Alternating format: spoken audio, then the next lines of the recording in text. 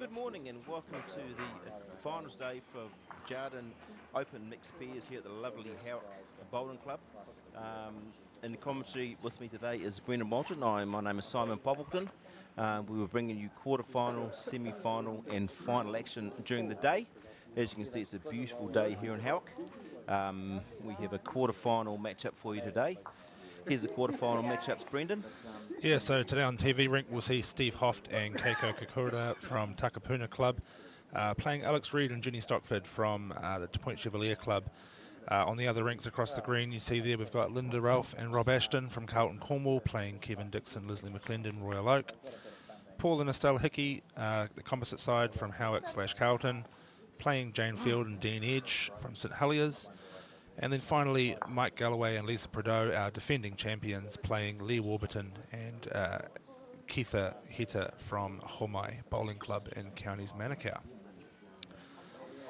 So the players have just completed their trial ends. We are playing 14 ends, no time limit, using the 2-4-2 format, which we'll explain in a little bit more detail as play goes on. We're just waiting now for the players to get the green light, and we'll be underway. This should be a very good game here, Brendan. There's two very, very good pairs in Alex Reid and Jenny Stockford, who have previously done well in this event. They got to the final in 2021, I believe, and I think down the semi-final maybe one other year. And Keiko Kurohara and Steve Hoeft from the Takapuna Bowling Club, which happens to be the club I play for, Brendan, funnily enough. Full disclosure from the top of the broadcast. Full disclosure, top of the broadcast. There'll be no bias whatsoever in my commentary, however. So Jack's underway, so we're away there. There's, you can see in the foreground, that's Steve Hoeft from Takapuna on your left and Alex Reid in the Pirates shirt on your right.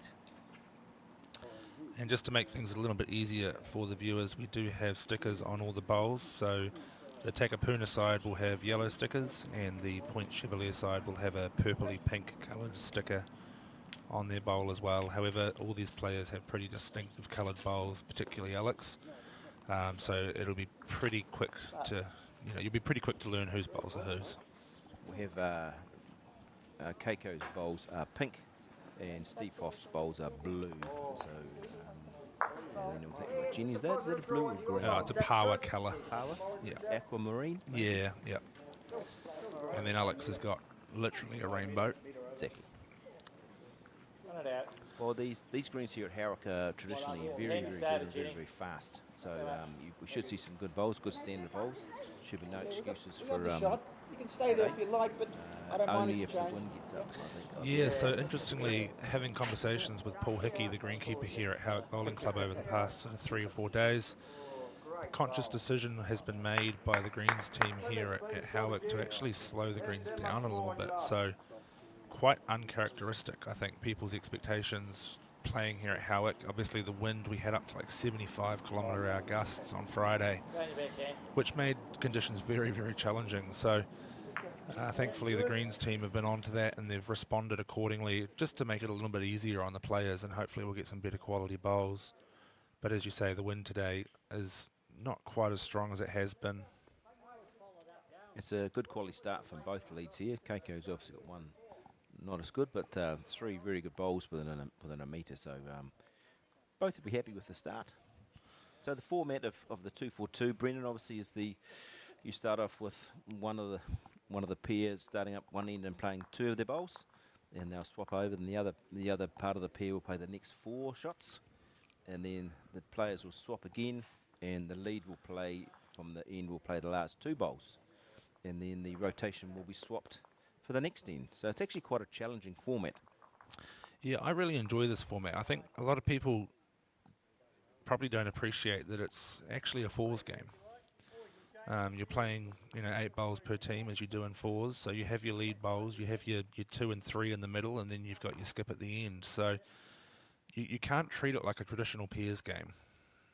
It definitely brings a new dynamic to the game. It does show when you have a good pairs combination who can play all the shots, because you have to, as the players are swapping around every end, they're swapping around playing different positions.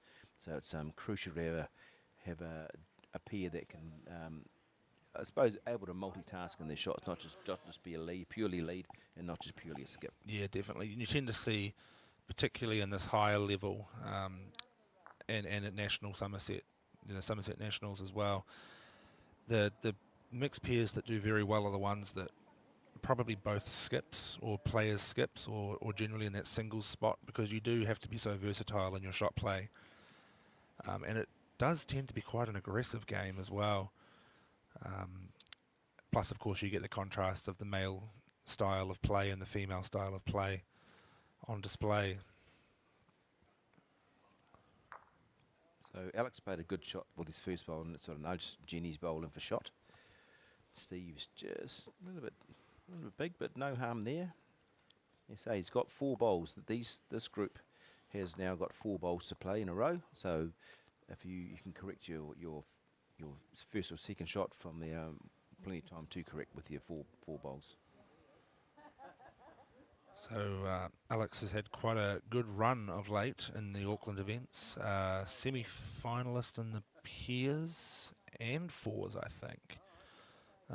Not making either of the final, but pretty good track record from him as we see him draw another counter there. Probably the shot itself. As we know, of course, well, people in the bowls community will well know that Alex is normally on this end of the this side of the camera. This side of the camera. He's our resident Bowls New Zealand commentary anchor person, I suppose you call him, with various co-commentators, John Macbeth and a few others. Yeah. But must be nice to actually get out for him to play as well and have because he does, as we know, is a very, very good bowler. Yeah. Having in combination with Jenny winning the inaugural Bowls 3-5 tournament that was on at New Lynn a few years ago. Yeah, a long time ago now, it seems, isn't it? Yeah. He actually played the winning shot to run the jack into the ditch to actually win the final. He still talks about it. Well, he will do. It was a great effort. He still sees that time I swore on TV. But it was a great shot. And, of course, they were playing with Aiden Takapuna, who's now yeah. who won the national singles last year and was run-up in the world champion singles not so long ago. Yeah, it certainly was an impressive run from Aiden there. Fantastic effort, and that's got him in the development side for New Zealand in the upcoming Trans-Tasman Test matches. So even though it's a long way to go, you do want to get a good start in a game like this. You don't want to be dropping a 4 or 5 with the first end. So crucial to get something in there for Steve. He's on a bit more aggressive, but he's just under the line, I think. No.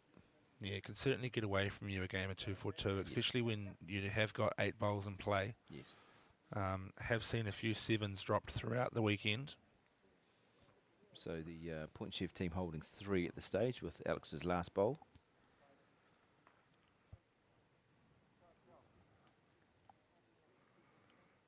Looks to be a bit heavier. Oh no, actually it's coming around quite nicely. May not beat that one. Hard to say. Probably the bowl at 4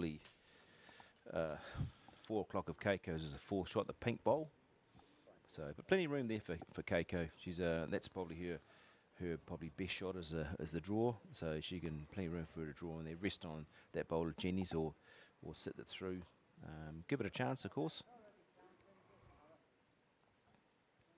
So Keiko's had a very good year. She went back to Japan and won the Japanese singles and pairs this year, which is a fine achievement. Yeah, it's really good to see, actually, because she's been going over there for a few years now, and she's represented Japan at World Bowls for, I want to say the past 2 World Bowls events. I think so, yeah.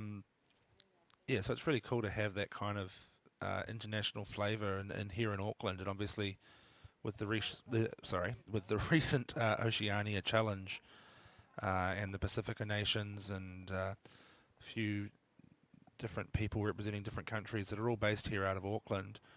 Sorry, Brendan. Brilliant bowl. Yeah, it's really good to see that Auckland's sort of becoming a bit of a breeding ground, not breeding ground, but it's becoming the home of a lot of international bowlers now. Absolutely. I'm just trying to think. We had all sorts of representatives at World Bowls that were actually based here in Auckland. Well, there's a lot of Cook Islanders were there. The Tongan team, the Samoan team. Quite a few of them were Auckland-based. You're quite correct. I think that's why the tournament is going to carry on to be based in Auckland, because you've got the community there, which is travel costs, I suppose, is Yep. an issue nowadays with everybody. So Even in the World Championship singles, though, that was played out at Browns Bay, immediately following, we had a Sri Lankan representative from Auckland. The player from Norway was actually based out of Sydney. It was quite interesting. You sort of see all these people, and a lot of them have, from their home nation that perhaps isn't a traditional bowling nation, but they immigrate out to a bowling nation and bring the sport back to their homeland. So it was really cool to see. we'll look at the winner of the ladies' champs, is it Millie? Yeah, Millie, yeah. Who plays her club bowls for Birkenhead over the shore. That was a great achievement for Millie, the one. That's fantastic. Lovely lady. Very popular win here in Very, Auckland too. Good bowling family, the Nathans.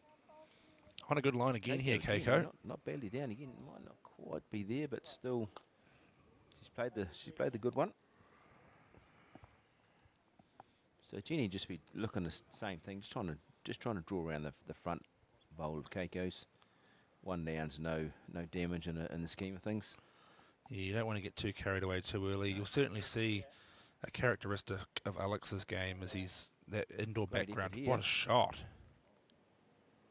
That's an outstanding bowl. Maybe just gone past. I think Alex signified one down.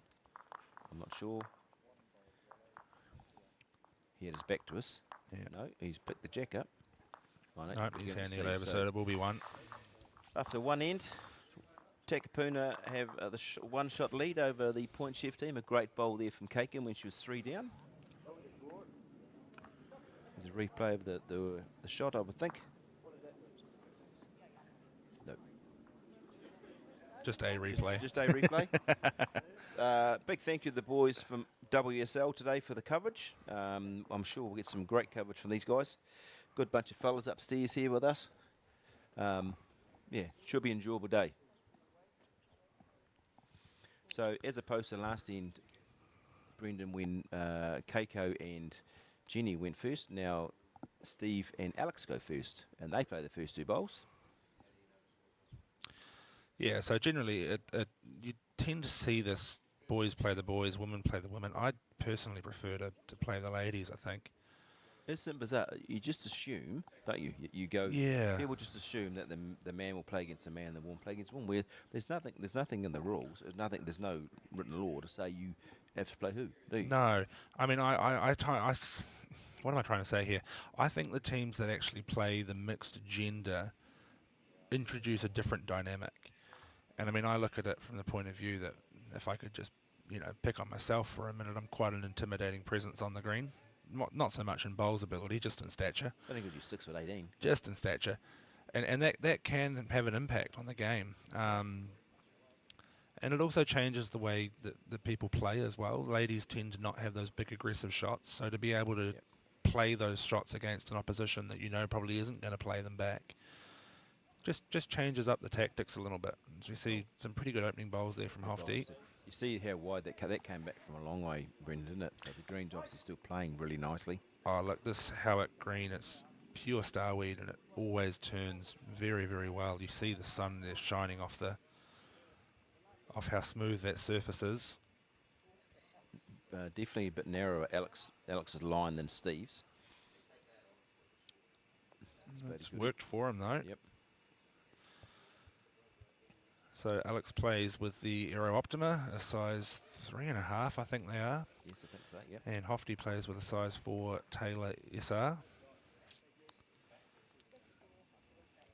Keiko's a size 3, I believe. Yeah, Aero. I think she's got an Aero Optima as well. Could be a dynamic. I'm not 100% certain on that one. And then Jenny Stockford's got a size 3 Henslight Dreamline XG. I should know. I'm playing in the mixed pairs at their club at Takapuna with Keiko, so I should know what she plays. Oh, well, if she wins this, she might be dropped. Oh, we're in the final, so she can't. Oh, that's right. You've already started. Yeah, yes, of course. Started the final. So Keiko on a back end.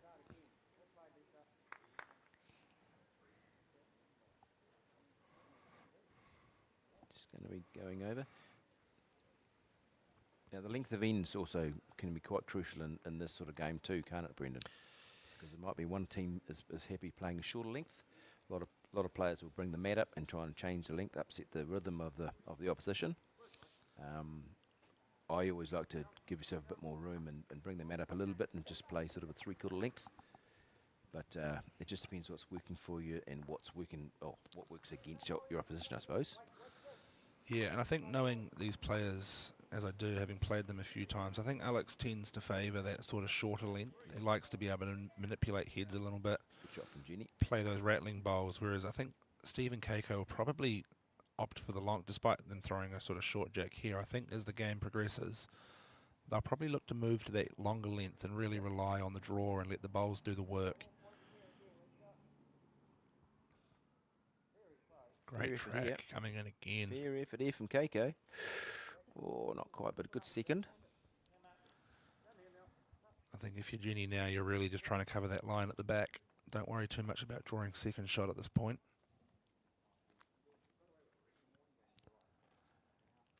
Jenny on the forehand again, as you say, Brennan. It wouldn't be the worst bowl if she went past the head here, but she's not going to be. Looks like she's going to be right in amongst it again, is she? No, just a bit short. See that bowl come back from a long way. It's quite interesting that they've got Keiko on the backhand here. I mean, there is a nice bowl of Alex's there to sit for shot, but it certainly would look more inviting on the mat, on the open side draw on the left of screen as we see it now. Yep. So I suppose what they're thinking is they're trying to get to the bowl of Alex as opposed to stop that little drag around the corner for 3, I suppose. But again, it's like a game of chess, isn't it? You've got to work out what your opposition's going to play and try and negate dropping a big number or getting a number yourself. So. But I think Keiko, because she's played 2 down there or 3 down there now, probably surprised if she changed, but who knows? She's got 2 down there past Alex's 3rd shot bowl. No, still back on the backhand. So yeah, no, I think Keiko will stay here, and perhaps we'll see Steve Hoeft, considering he did play that side of the green. Yes, he'll stay there with that shot. A bit tighter this time, I think. Not quite have the. Didn't quite have the weight. Needed to be a little bit tighter than a previous delivery. So 1 shot to the point chef team at this stage. Jenny Stockford just waiting for the rank next door to play a bowl. Part of the etiquette of bowls is for your opposition on the mat or the green next to you has got onto the mat first. You wait till they played, so to avoid hitting each other's bowls in motion. Yeah, and especially here at Howick, as we've already referenced, the bowls turn a long way, so you will see that quite a lot throughout the day. You do have to go into your opposition's rink to start with, you're quite right. So Jenny's not going to quite come back, I don't think. You can just make out on screen the faint yellow lines there. We've actually painted them on at Howick, which is a bit of a first. I'm a big fan of painted lines myself. So just on the far left of screen, you can see the boundary of the rink there, and Jenny's last bowl was definitely outside that, turning in. At the club I play for, Takapuna, we have the lines painted. So it's a great initiative.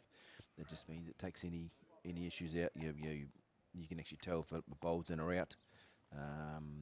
Just makes life easier, to be fair. So Steve's contemplating what he's doing. He's going. I'm interested to see why he's got a sunglass on the top of his hat. Oh, it's to keep his hair sun safe. Right. Yeah. It's like the cricketers. You watch the cricketers, and they've got it's a blazing sun, and they have their sunglass sitting on top of their head. Yeah. No, I think it's because he's got a bald spot there, so he's just doubling up the protection. We've all got one of those. Speak for yourself. Well, you're 30 years younger than me. You shouldn't have one. So I wouldn't be surprised. This is me, playing bowls now. But there's a really good shot there for Steve to play a bit of weight up into the head and turn both of Jenny's bowls out and stay there for 1 or 2, depending on how Keiko's bowl falls out of the head. But Alex got a bit of an opportunity here, can't he? You can draw just past the head, and with a little touch on that jack will make quite a nice 3. Sure, is he gonna? Yeah, he's coming. He's on the way. That's a dangerous weight to play. That's sellout weight, but he's lucky. No, I think he's fallen out there. Can say if he falls out, he'd probably have if he run down. I would think that pink bowl was Keiko's. Oh, still one down. Wow. Yeah, well, now that is the shot. Just try to sit that bowl out. Yep, set that bowl out and get a little bit of jack at the same time. A little bit of jack will make 3 or 4 if he gets this perfectly. Of course, you've got Hoefty's bowl out at The yellow disc bowl at the back is yellow disc Steve's, bowl at the yes. back, yeah. But I mean, the speed of these greens, you only need to be basically just drawing, and you'll reach, won't you? Basically. Oh, yeah, you're just playing with enough weight to just tap the jack. Yep. Drawn to the bowl, and if you get a little bit of jack, it's a bonus. Alex has, of course, got the last bowl. Oh, he's losing his balance a little bit there. No, he's a bit wide for the speed, I would think. Oh, I think he's too fast, actually, more than anything. Yeah. He probably needed to. So Alex has got a bit of opportunity on the back end there, because he sits his own bowl over. There's a blue bowl with black there to about what's that? About 8 o'clock there. Yeah, 7 o'clock, yeah. So if he can turn his own bowl over, Or onto just the sneak it jack, under that pink. Yeah. I mean, a bonus would still be sitting his own bowl over twice Yeah. for 2 shots. There's not a lot of risk there, really. Not really, no. Just good, safe draw weight. He'd be extremely unlucky to chip, go right underneath and chip his own bowl out, but I've seen funnier things happen. Brendan? Yeah, and I've seen plenty of them played by Alex too, so he's not shy to have a go at these sorts of shots. Well, look, he's very astute on the head, Alex. Yeah. That indoor bowls background, as we know, he's had a phenomenal year at indoor bowls. Absolutely, just phenomenal, basically. So he's on the back end. Can't tell much from his body action. It looks a bit wide. Well, it does, but they do. They do, they do come back. He probably just didn't have the weight. So we think it's one to. Keiko said she was one down. Now she's getting the measure out. Now she's saying, Jenny, what do you think? So both bowls are flat. Brendan is a bowls umpire. This is what you want, isn't it? Well, it certainly makes it easier. Both bowls flat, so you can scrape the flat resting bowls. Jenny's got the measure out. Having umpired the past 2 days, there's been some pretty hairy measures. I can imagine. Um, So the way the bowl system works for players who don't play is that the team that's had the last bowl generally measures, don't they? Oh no, see, I disagree Are with that. expected I to measure? disagree with that completely. No, Are they expected I to mean, measure? there's probably some old-time etiquette there, unwritten folklore, but to me, I just sort of Young fellas today, I don't know. look. I mean, if I want the shot, I'm going to measure it. So and to be honest, I'd rather me measure it than someone else do it and get it wrong. Well, Jenny, that's miles away. Jenny's not even close to. Yeah, I'm not a fan of using the. Whilst the calipers on the box measures are great, I'm not a fan myself. Well, that looks to be too wide, doesn't it? Surely. Yeah, I think That's not this might be an umpire call that's here not if she even can't close. get that box She either measure needs in. an actual calipers. Or Yeah. she needs to. The tape's not going to go in there, so that's still no. Which is near a the design flaw on that measure, is. actually, Yeah, it because is. the calipers are designed to be exactly as wide as what the box and string is. Oh, wow, are they? Yeah. So that's not even close, I wouldn't think. Yeah, no, this should be an umpire, really. Oops, here we go. So, Jenny's suggesting that it's ours. Keiko saying not to overlook, thank you. But I mean, that neither end of the caliper looked to be touching No. either the bowl. Well, see, bowl this is or jack. this is another interesting thing from an umpire's perspective as well. Is it's not actually a player's responsibility to be touching the bowls, because if a player touches the bowl and moves it, it creates a lot of problems. If an umpire touches a bowl and moves it, they can, as an umpire, put that bowl back. So players should be getting as close as they can without actually touching bowls, and then umpires are trained to measure correctly and touch the bowls. So the wash-up from that end was there was one shot to the after the measure, one shot to the Point Chevalier team. So after 2 of the 14 ends. ends, we have got a tied-up ball game, 1-1. As expected, it was going to be a tight game, Brendan, and has been so far. It's been good standard of bowls so far. Oh yeah, look, and we'll get some updates from the other quarterfinals throughout the game as well. I just see in the background there someone's 5-0 up after 2 ends. It's a very competitive top 8 field. When all the qualifiers come through from that preliminary knockout round last night, I was watching the field assemble, and I was just thinking to myself, we have the absolute cream of the crop in this top 8. And then you look down through the 2nd to 4th divisions, and there's some very good pairs playing in the lower rankings. Of course, that has a lot to do with this unique format that we're running this year. New format, the 3-day format. Been very well received by many of the players. It keeps them all in it, gives them all a chance right up until the last minute. Every match is critical, and we'll perhaps go into that a little bit. So we watch Keiko with her first reply.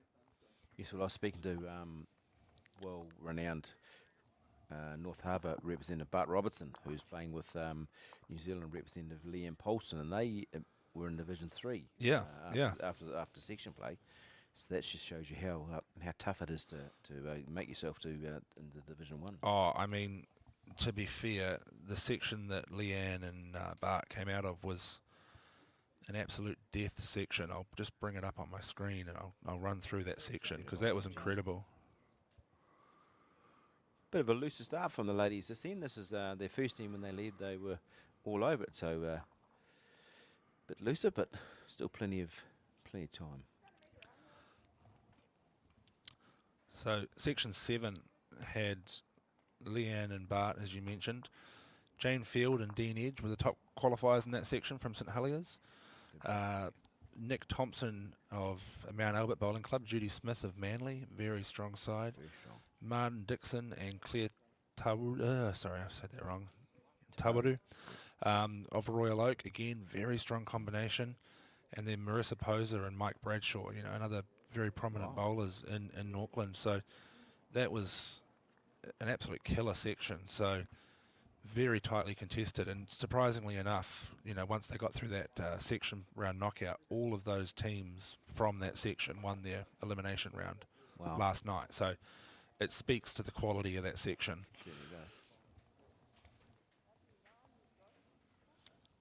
Alex on a pretty good line here for him, I think. Might be shy, that's all. Line's very good.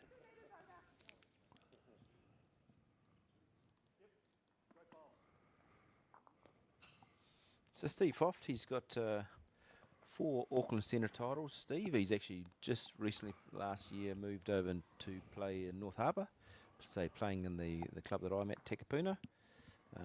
But he's won 4 Auckland Centre titles, which is a great effort.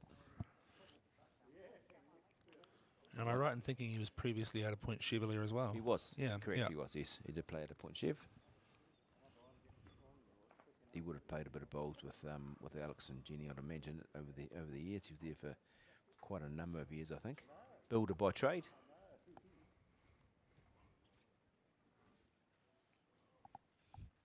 A bit of effort here from Alex, I think. Might get the spray out here from Jenny. Yes. So for the uninitiated, if your player plays a bowl that touches the jack, it gets chalked or sprayed with a marked, which designates that if it actually goes into the ditch or gets moved into the ditch by another bowl and is still within the boundaries, it's still a live bowl, which can be useful at times, can't it, Brendan?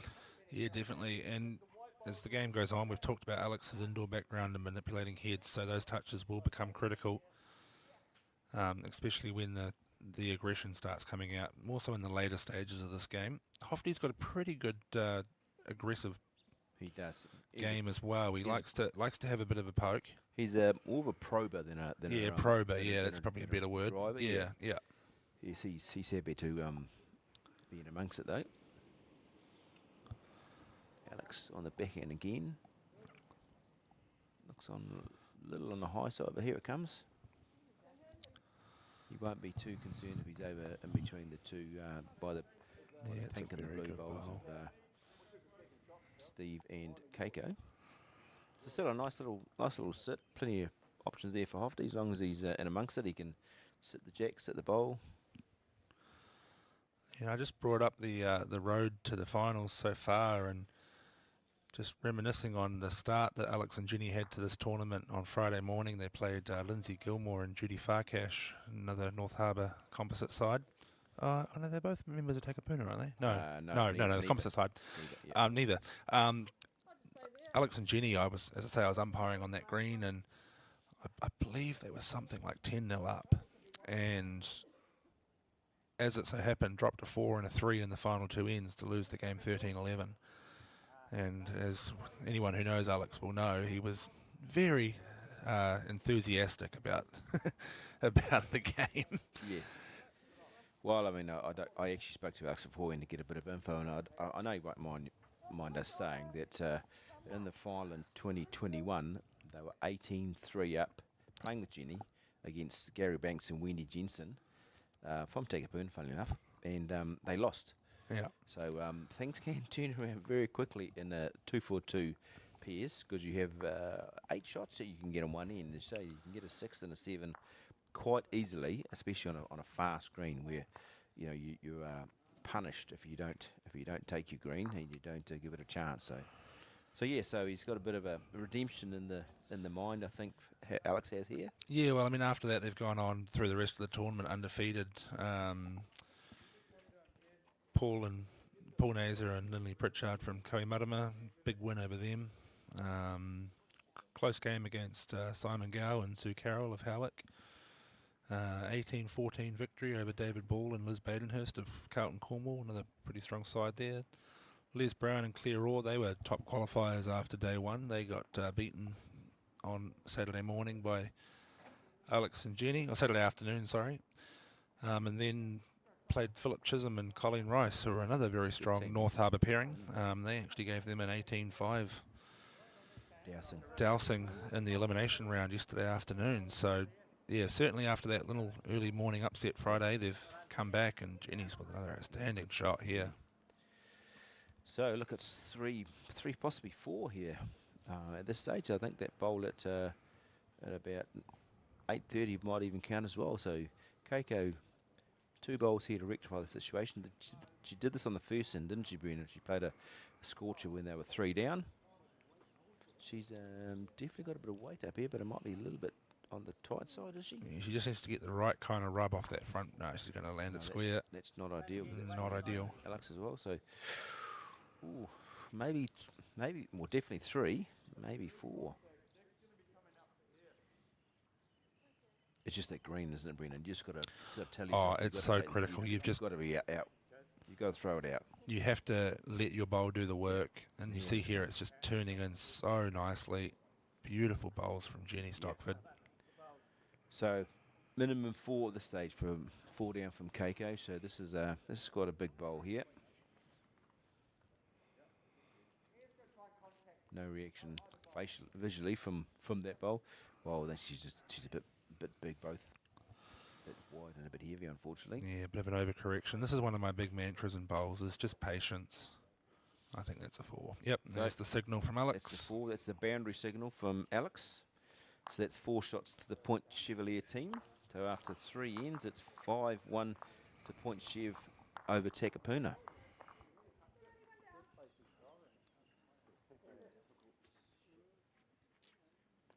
Good to see Alex with his wide brim hat on today, Brendan. Yeah, yep, definitely. He's renowned sometimes to not wear the right, what's he looking for? It's not PPE, but it's... well, no, I guess it's PPE. Yeah. He's certainly got a face for commentary, and by that I mean if you look at his face, it's bright red. 2 days out in the sun has not done him any favours. So the mixed pairs today are this weekend are brought to you by Jarden. So thank you very much to our sponsors, Jarden, for their fantastic sponsorship. They're a leading investment advisory firm connecting people, insights and capital to deliver exceptional outcomes. Their service range from investment banking to capital solutions and wealth management. You can find out more by visiting www.jarden.co.nz.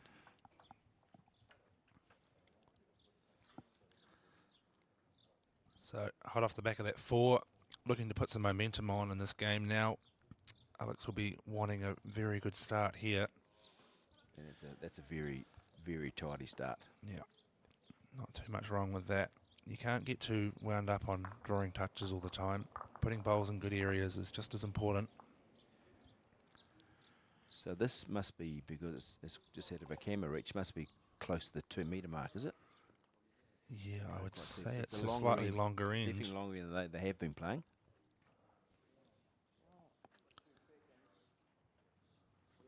So Steve's over the head as well.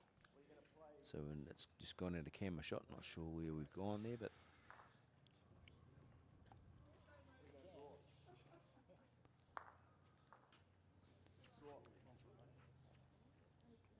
so Jenny was when Alex first moved to Auckland.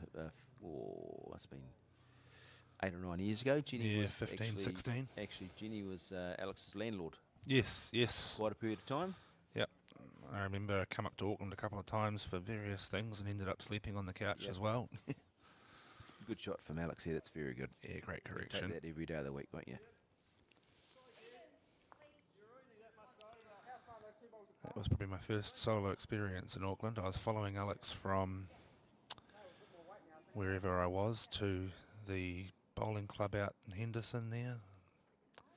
Not Henderson, probably. I can't remember which one it was, but I remember I missed the turn off, ended up having to go over the bridge, do a U-turn, come back. My phone was flat, didn't know where I was going. It's never a good idea. Tell you what's never a good idea normally is Alex has got the worst sense of I know. direction Following on Alex in the first place was a bad decision, but he's been lost many times. I mean, he's been to my place I don't know how many times, and he still has to ask, so what road you in again? He's got a terrible sense of direction. that's all right. You can point the bowls in the right place, though, so we let them off. We can indeed. So Jenny on the forehand as well, just looking to consolidate from the good start that Alex has made on this end. Yeah, I think this is the first time I've actually seen Jenny playing in Auckland this year. She's actually more recently joined up at Claudelands down in the Waikato. For those of you that don't know, Jenny is the mother of current power jack. Words, Brendan, come on. Terry Blackburn. So she's joined up down at Claudelands, and they've been playing pretty much everything together out of the Waikato. Terry, Terry just last weekend before, runner-up in the Waikato singles to Debbie White, one of the, well, probably if not the strongest player down there in the Waikato, going around. Always on that fringe of the New Zealand picture. She would have won that Waikato singles a few times, Debbie, I think. Oh, for sure. I think she's been in the New Zealand mix on and off for quite a few years. Just cutting across the centre line, but finishing in really good spot. It's 4 shots at the moment, so Keiko, the weight she was okay. She just needs to obviously bring it in. She's got plenty to rest on that backhand scenario. Looks better. Yeah, just needs to rest something, I think. Still going a little bit fast. I think she's pretty good. No. Yeah. That'll do. Lovely shot from Keiko. That's what Steve would be happy with. Jenny's just plays the same weight as she had last time, just a smidgen more of the green stuff, and big opportunity here to turn the bowler. He's in the area too. Coming home, look at that. Oh, this is amazing. She gets on the jack clean. What a shot. Oh, fantastic shot there. That's very good. That's 3 at least. Brilliant shot there from Jenny. Yeah. Keiko doesn't mind having a little bit of a niggle as well. Hasn't got a drive as such, but a niggle. Yeah, she's certainly playing with a bit of weight here. Yeah, but it's the thing you've got to. Line's pretty good. She's close. Oh, you wouldn't. Oh, you wouldn't. You did. Mind you, she's cut one out at least. So it actually hasn't. It's actually made it better, I think. It gives her more options now. It's a wider target. Even if she was to miss the jack, she'd still sit the third shot clean through. Oh yeah, there's the stat we mentioned before. WSL boys are on the ball. Well done. So Keiko got one more bowl? Must do, because Jenny's playing her last now. Correct, yeah. So probably not. That doesn't need to be that weight with this one. Just needs to be sitting there, doesn't she? Really? I think she doesn't want to be. Well, I mean, the danger of playing a yard on shot, as Alex has got the 2 bowls behind. So I think you really want to be playing sort of 3-4 yards away. And as well, if you're narrow on the backhand, you can take your own bowl out for 4 down, can't you? So yeah, looks to be. Still a little bit. It's a bit too wide this time. A little bit aggressive too. It's quite interesting actually, because we talked to Graham Doreen, who's Keiko's coach, about playing in Japan, And he said obviously the greens are very different over there. They sort of sit in that sort of 12 to 15 second range. And then she came back over and was playing, might have been the mixed pairs. What was she played? Something just after she'd come back. And there were a lot of comments about that transitioning in green conditions, and certainly when you're playing those weighted shots on a slower green, you do actually have to take a bit of line because the bowl does come off and decelerate and turn. Yeah.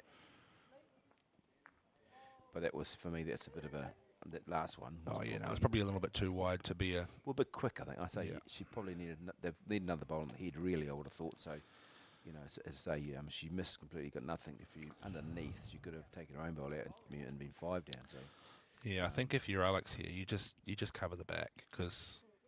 well, does he? Or does he play on the forehand and try and just move the jack around the corner a little wee bit? It's hard when you're playing this sort of shot first because Hoefty's first bowl will be telling to his mindset. Yep. It's the sort of thing, if you drive once, I think you've got to drive twice. Yep. Or alternatively, you try to draw the first one if it misses, or if you're in the area, then maybe you have a look at trying to kill it. But it's always hard when you've only got 2 bowls. And for the uninitiated, again, if the jack goes out of the playing area, out of the boundaries, the end gets replayed completely. So there's no score taken, and they just carry on. Yeah, and this is where the 2-4-2 format does get a little bit confusing because the players might not start from the same end, Then but they you've do got- have to play in the same order. So Exactly. whenever I play 2-4-2, I'm a big fan of dragging all 16 bowls back up the green, because if I'm playing my 4 bowls in a certain direction, I want to make sure I'm nailing those 4 bowls in the one direction. To change the game like that, it really throws your rhythm. Alex's last bowl has probably made Steve's mind up as to what hand he had Well, to now play look, to. I'm gonna call a shot here. I think Alex is going to be on his backhand, playing underneath his previous bowl, sitting that pink out for 5 or 6. I reckon he's on his forehand. He could do it on the Try and forehand as well, but try I and- think knowing Alex, it's safer on the backhand. Try and draw the jack around the corner. Yeah. Well, yeah, or you can try to move the jack. The danger with moving the jack, of course, is if he squeezes it, the jack can pop out and Keiko's bowl could become second or third. Or he just drives the pink bowl, takes them both out, and he's holding another couple as well. No, he's just playing the delicate, the subtle shot. Oh, that's pretty boring from Alex, I have to admit. You got to play what's there. Is he? And he's just. I mean, if he's playing a covering bowl, I'll give him that one off, but I don't think he was. I don't think he I was. think he was just playing to move the jack sideways.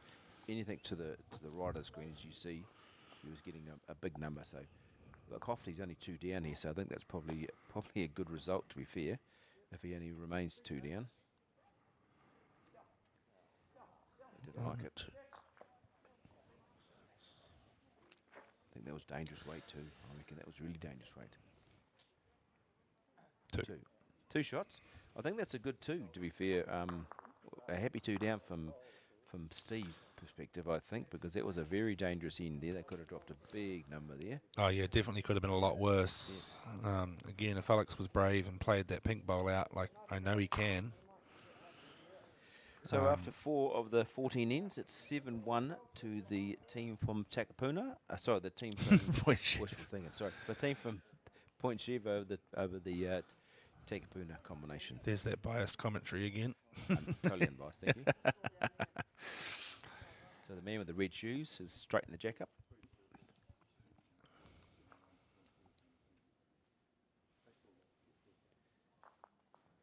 So we can see in the background that's tight all round from the other. There's one match was 4-all after 4 ends.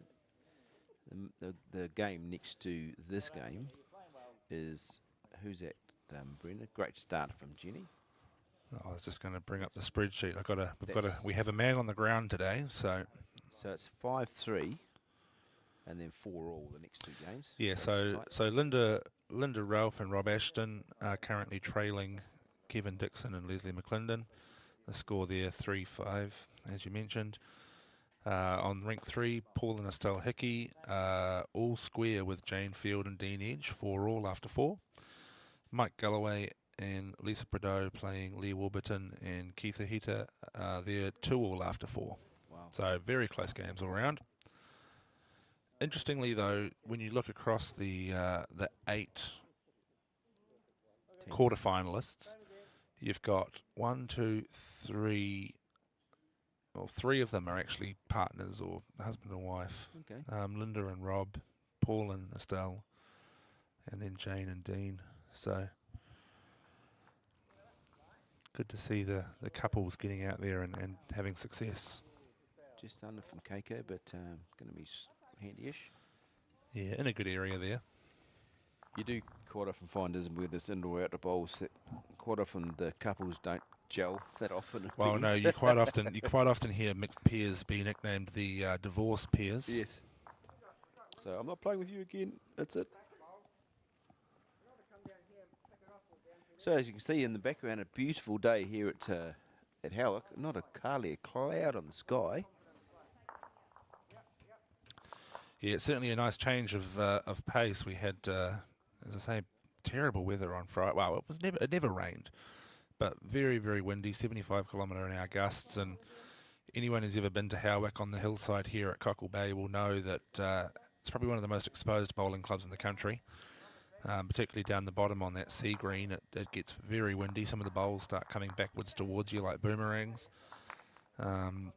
But from a tournament director's point of view, if the only complaints you're getting from bowlers is about the wind, it's pretty much a win in my book. So everybody loving the format, loving the 3 days.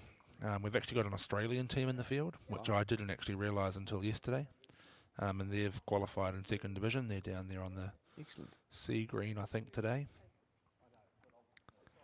They've come over for the Nationals and this event, so Well, that's this making a couple of weeks of it. A good precursor to the national pairs of singles, which are up here in Auckland, starting on the 2nd of January. The men's pairs start then in the ladies singles, and they swap over, and the men play the singles and the ladies play the pairs after that. So good warm up, irrespective. Good to get time under your belt playing on the green. Yep, and you'll have the pleasure of listening to Alex rather than watching him Yes. for all 10 days. So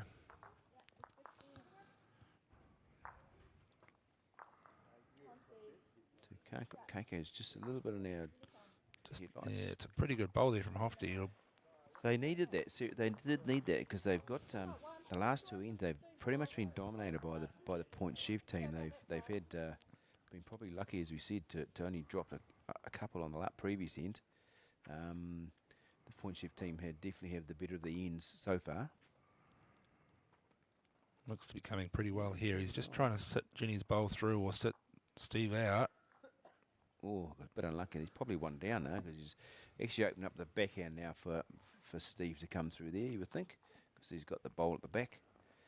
Well, Keiko's got a bowl just past the head on the other side. No real danger in there.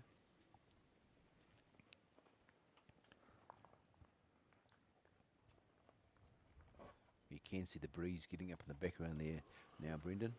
Yeah, again, it's been like this for the last 3 days. It sort of, you get here at 7 o'clock in the morning, as you know, us organisers tend to do, and you think, oh, it's going to be a great day. It's beautiful. The wind's died down, and by about 10 o'clock, which it almost is, the wind just starts to pick up. Yeah, great bowl from Hoeft. It's going to fall down. So because it fell down, it probably changes his shot a little bit.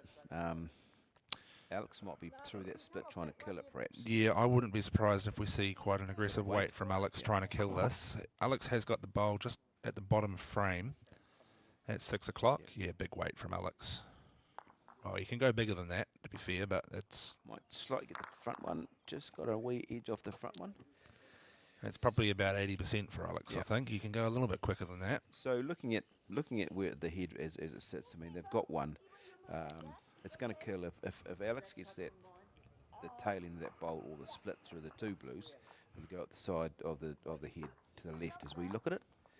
So it wouldn't be the worst if Steve moved it here. If he just drew to the bowl and slightly moved it, or set himself in that channel. Yeah, he can almost play the same shot, because if he rocks his own bowl, as you say, it's just going to take the jack off that shot bowl. It's going in their direction. Yeah. There's it's just, I mean, if Alex gets any, well, it's actually going to be Jenny. If It'll be Jenny. Any, Steve doesn't like this one. Jenny gets any contact on either of those Hoffley's bowls, it's definitely going to curl out the side. So Yeah, and Jenny's got a pretty tidy run shot as well, or a ditch, what I'd call a ditch runner, in my sort of arsenal. Yep.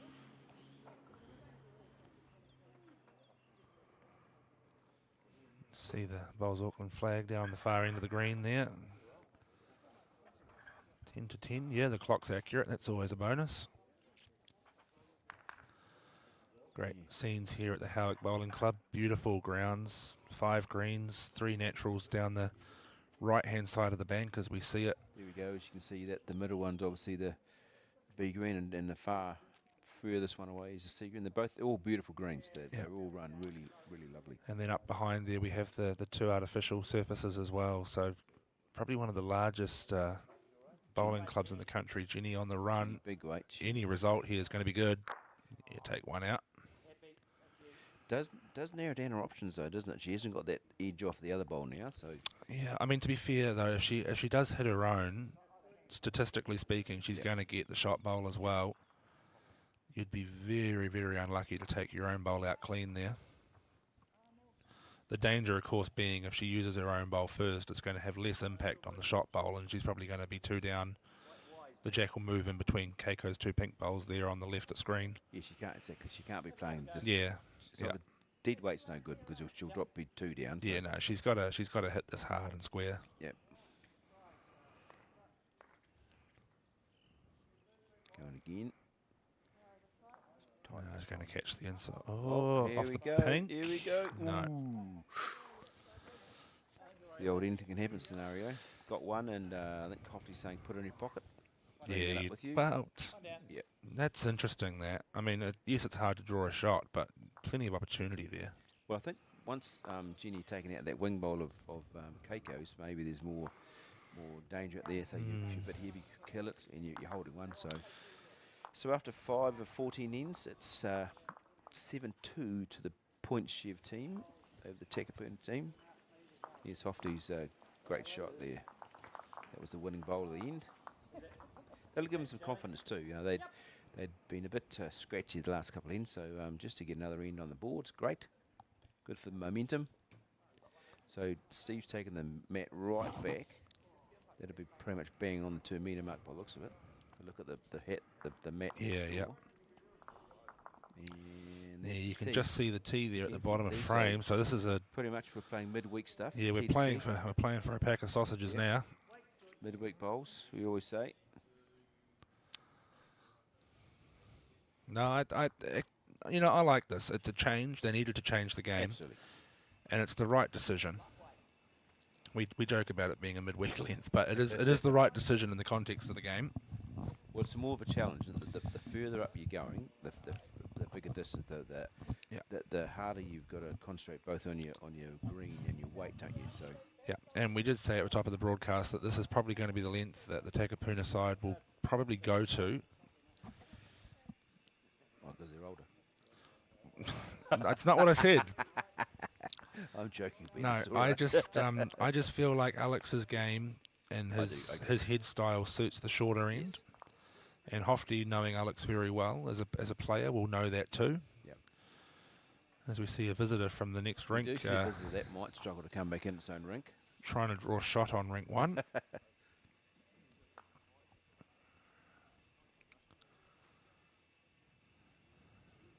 Tell you the age. I think Steve might have changed to the forehand, but I think that might have been Marty Dixon's bowl actually.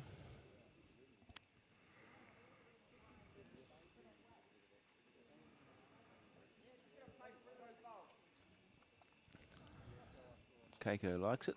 Yeah, good correction from Hoefty there. Probably a good 2 metres of weight, I would say. Yeah. Had the line right both He's times. played that very well. Very good shot. And again from Alex, just a metre on his last. You've seen that it's turning out there. Silky smooth delivery there from Alex, wasn't it? Oh yeah, biggest backswing in the world from Alex Reid. But what he does do very well is he's got that almost, I call it like an indoor follow through, as you could probably imagine with a player of his indoor talents. Great shot here, Alex. Great bowl. Very good And shot. a toucher. And a toucher. Whoops. Another interceder from next door as well. I think we're going to see 4 from Keiko down here on the forehand. Definitely on the forehand. Just drawing up with what I like to call social weight. Looking for a little kiss and run.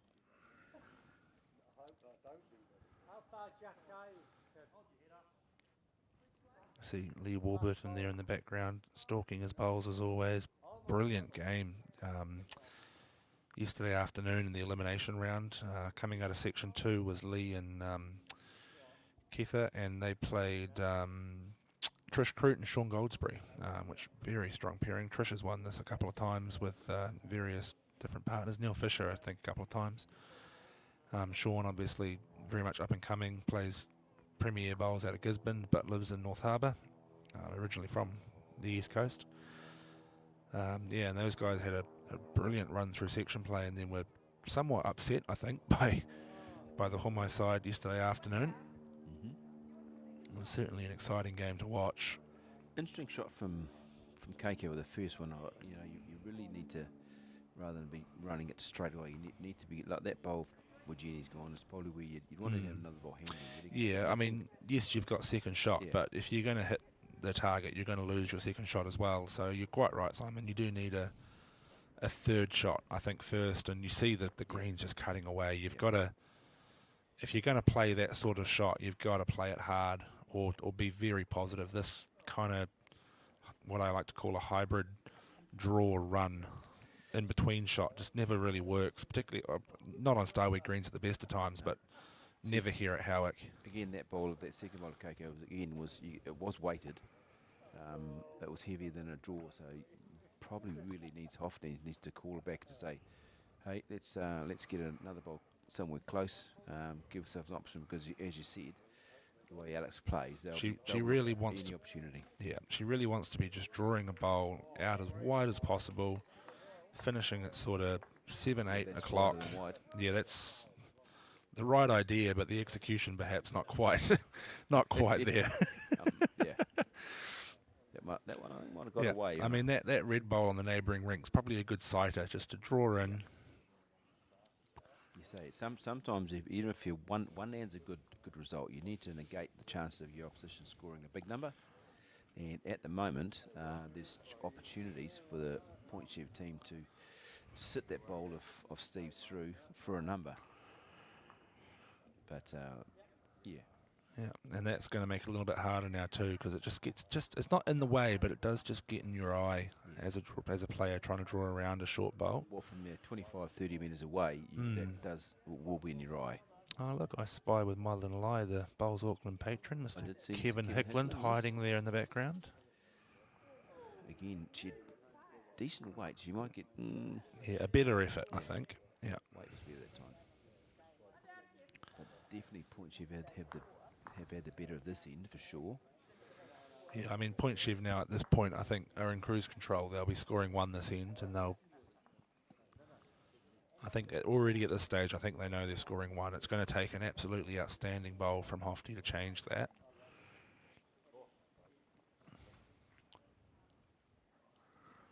You know, he could look to play forehand, like sort of 80% underneath Jenny's bowl, take the jack through to the ditch. Yep.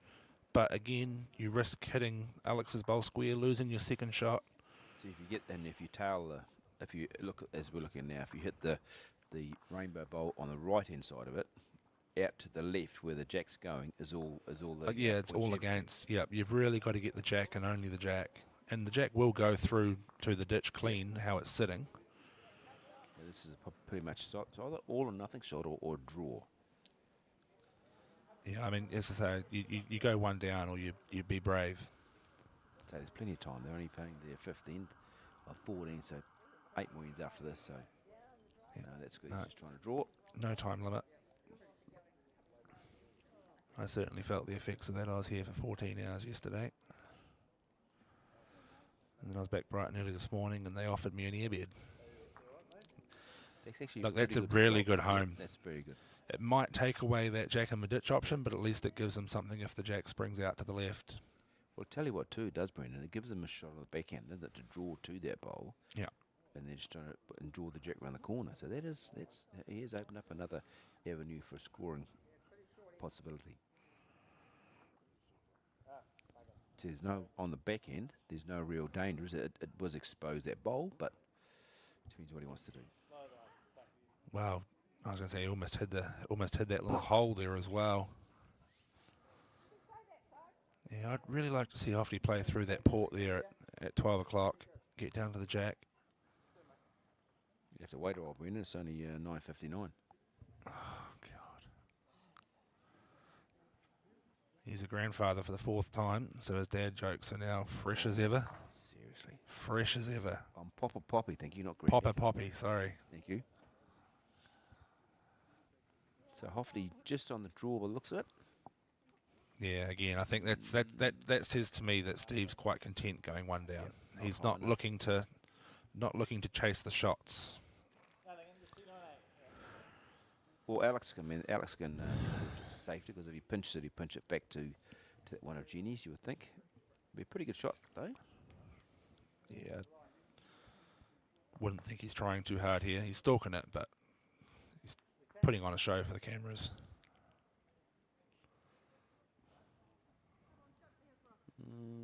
Can't see. Ooh. Well, actually, that's an option I hadn't considered. So one shot again to the Point Chef team. So after 6 ends. 6 of the 14, it is 8-2. The Point Chevalier over Takapuna. So just sneaking a wee margin. Nothing too dramatic at this stage. Not too much to worry about for the Takapuna side. But you just definitely want to be starting to score the next couple of ends. Just don't want to get that score to blow out too much. Yeah, Kevin Dixon and Leslie McClendon there have picked up a number as well. They've just moved on to 9-4, their lead over Linda Rolfe and Rob Ashton. As we take a look down some of the action, you see the windsock there in the middle, still kind of half erect, I suppose you could say. As opposed to flaccid. Yeah, wow. I used that word cautiously. I'm not sure you should have been going there, Brendan. Anyway, moving along. Outside, you can see we're upstairs at the Howick Bowling Club, and outside we can see that the higher trees are getting a bit of breeze. The lower ones is not so much. So it's a little bit of shelter down below for the players. Yeah, and the TV rink is protected a little bit here, playing in this direction by the 2.5-story clubhouse we've got going on. So certainly those down the other end of the green might be just catching the tip of the breeze, but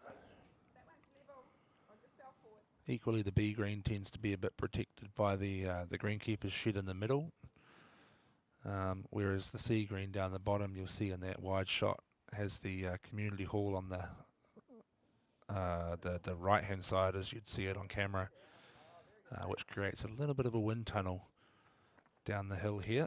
It's Sunday. Is it Sunday today? Yeah, there'll be music going on. In about half an hour, there'll be all sorts of music going on. Yes, there will be. Quite entertaining on a Sunday. Oh, it's one word for it. No, it is quite nice, to be fair. But it can be quite distracting, and it's always it can be very loud as well. So again, Jenny's got the better of Keiko on this end. Just this is a good bowl here from Keiko. They're happy with that. Right on the tee. Yeah, good spot. I sort of wonder if Takapuna do need to be a little bit more adventurous in their play. I know we've seen a couple of run shots from Keiko a couple of ends ago, but they just, given that Point Chef seem to be outdrawing them at the moment, they need to, just try to change the game a little bit more. Well, that's right. Technically, a game of fours is a game where you can try and move things around a bit, change the ends, get more proactive with what you're doing.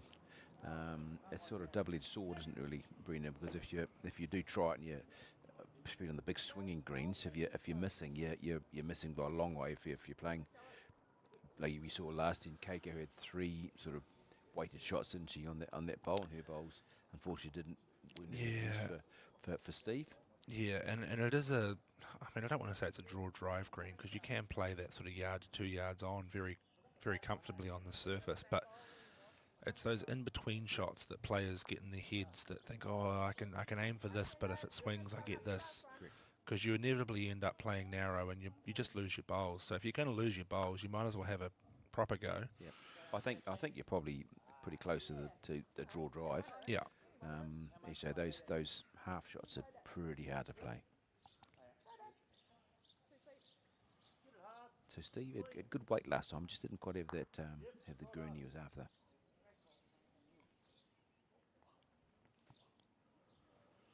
So Alex on the back end, be optimum shot would be get to the pink bowl of Keiko's at the back, which he's pretty close to doing. He's done this very well. Absolutely spot on.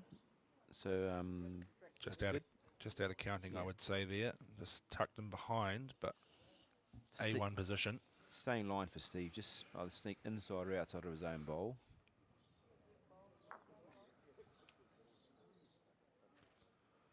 He's struggling a bit with his balance today, isn't he? Well, he doesn't. No, that's what he does. He does. No, he gets away, and he's like that.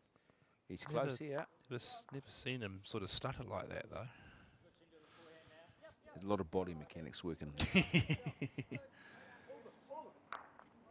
An athlete in fine form. A bit like myself.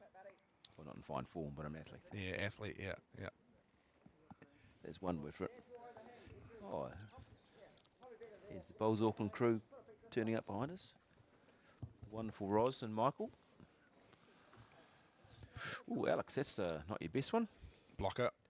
I don't think he at this stage should be trying to block, but don't know what happened there.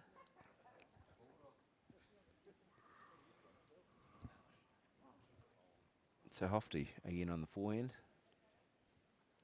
Just trying to get another bowl handy. Be happy with or heavy-ish with being one now, but just like another bowl in the mix.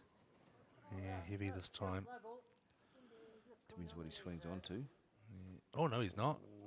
Wow, what a shot! No, okay. Very good shot. He was Very heavy. good shot. He's over the head, so he was heavy. Yeah, no, just an inch heavy. Yeah. It's a very good shot. Must have caught a gust of wind or something, because about halfway down it looks. Looking to see who's got the shot. Well, that's deceptive, isn't it? That's bowls for you. That looks like it's all day, every day is the yellow disc bowl, doesn't it? Is Alex in his own way now? He probably could be too. He's got Keiko in the very front. What's he going? He's going playing with weight. No, I think he'll be trying to trail the jack through the gap. If he can get the jack, sit the bowl out. Hard. It's a hard track through there, isn't it? Yeah, needs to find the port between his own and Hoft's. Oh, look at it draw. Tell you what, great effort. That's a great shot. I'd have thought, by all means, you needed to be underneath Steve's short bowl there, find that port, come down to the jack, but. You think of all people, Alex would know not to stand in front of the camera, wouldn't you? Well, you would hope so. Right? You would think you of all know, people. for someone that does this for a living. But what's that thing behind you? Oh, it's a camera, Alex.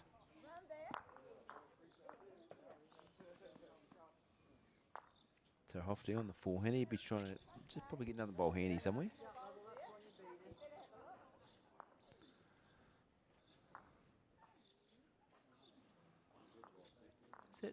Is he playing with weight there? No, it did look like he ran off the mat a little bit, didn't it? No, he wasn't playing with weight. Oh, well, see, that plugs that hole now. Got the teapot from Keiko, but it's not a bad spot, I reckon, Keiko, where he's ended up. The plant's not on. I think that actually closes up the opportunities for Point Chev. Well, they're still looking to see who's got the shot, by the looks of it. But, say, looks for all money, the yellow disc bowl of the Point Chev team, wouldn't it, from there? I mean, those who know Alex will know that Alex will always be looking for a plant. Oh, yes. Put a bowl onto a bowl to get another bowl out, but you'd think that front rainbow bowl is not doing anything.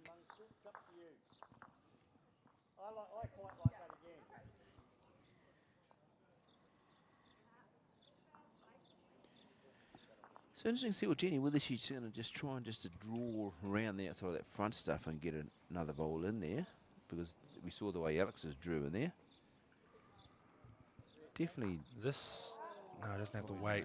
She had the right idea. Because you'd think you'd have to be around that front bowl on the left-hand side of Hoft's, wouldn't you, to get down there? Wow, I don't know. Alex's drew. Yeah, Alex's drew. I still like the idea of coming underneath it. There's enough room, but...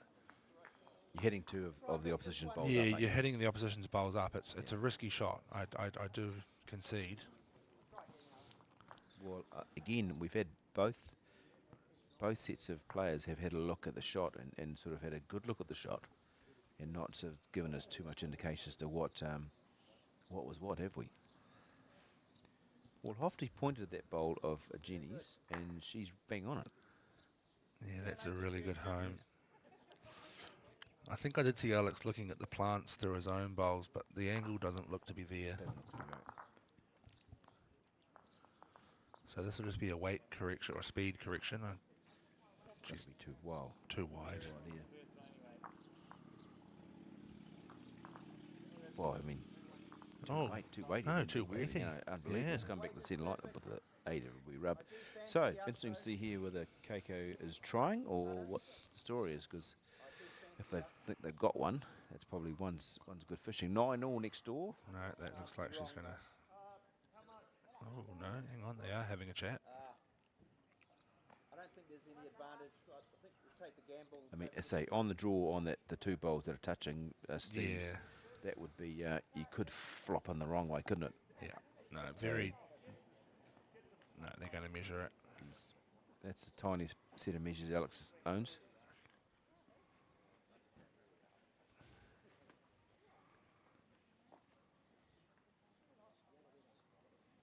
As an umpire, Brendan, should he not have measured the flat bowl first? I mean, yes, but he's not an umpire. Well, I don't think he is an umpire for outdoor, but it's all right. The players are allowed to break the rules. Wow, we've got not... wow. Umpire, please. Oh. We have the umpire called. Here we go. So, for the uninitiated, again, if the two players cannot decide on who holds the shot with a measure, they call the independent umpire, who's now will be making his way, or her way, his or her, his way to the rink to do the measure and decide for the players. Yep. In Division 1 green today, we have Wing Lim, newly appointed, well, not newly appointed now, it's been a few months, I suppose, but one of our international technical officers here in Auckland. Right. One of two for the Auckland Centre specifically. There are a couple in North Harbour as well. Gerard Holst, Sue Rossiter, Lorna, I can't remember Lorna's last name now, that's really bad, and Margaret Eames. So there's a good range of experience and quality. I think it's McDonald, but I don't want... Anyway, yeah, good range of experience and umpiring here in Auckland. Absolutely. Les Smith, who's also umpiring here today and helping out with the convener role as a former ITO. He's sort of just not renewed his qualifications, so he's certainly still got the experience and knowledge, just not so much the current certification. So Wing there, because that bowl is standing up, again for the uninitiated, is on its rolling surface, he has put chocks underneath either side of the bowl, so the bowl, if he happens to scrape the bowl with a caliper, the bowl will not move, so that won't affect the measurement, whereas that bowl on which is measuring now is flat, so it shouldn't move on the surface sitting down. It sort of looks to me like it might be the power coloured bowl there of Jenny Stockford's. Yep. Wow, that's so deceptive. So Keiko threw her last bowl away, the Takapuna skip, and unfortunately she was one down at the time. So, oh look, it was pretty close. It was tight. You wouldn't want to play something silly and make it worse, would you? So after halfway, after 7 of 14 ends, it's 9-2 to the Point Chev team over the Takapuna side. Yeah, we take this opportunity, I suppose, now to go through the other matches, as everyone has completed 7 ends. So on rink 2, it's 9-all after 7 ends. Linda Rolfe and Rob Ashton playing Kevin Dixon and Leslie McClendon. 6-5, Jane Field and Dean Edge lead Paul and Estelle Hickey. And last year's champions, Mike Galloway and Lisa Prideaux, currently trailing the Homai side of Lee and Keitha 6-2. So, oh, that'd have been upset. Yeah, that would be an upset. I mean, you know, to be fair though, Lee's a very good player. He's in our Auckland development side. He's played for counties in the past as well. New Zealand under-21 singles champion. Yeah, he's certainly he's been around a long time. Well, he started bowls very young, so I think he started at 14. He's now 21, so quite an aggressive player too. Very aggressive So player. he won't be afraid to have a little lick. Yeah. At all. I don't know. Unfortunately, I don't know the lady that he's playing with, but he definitely won't be afraid to have a wee go. I was watching, as I say, I was watching their Shot game from Steve. yesterday afternoon in the elimination round. Very, very good bowls from the both of them. Of course, he played in that televised Twilight Bowls Twilight Bowls event. that they had with Adam Bailey. Yep. Lovely young fella in the Deaf New Zealand side. But did he win the Deaf New Zealand? No, he won the World Deaf Singles or something. Deaf Singles, yeah. Nice young lad too. Yeah. Really is a nice young lad.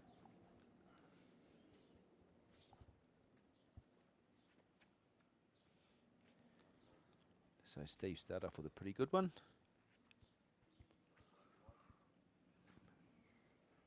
Should be a good line. That's nice out there. Just past the out of bounds side, just not quite there, eh? It was a good line, but didn't quite have the weight.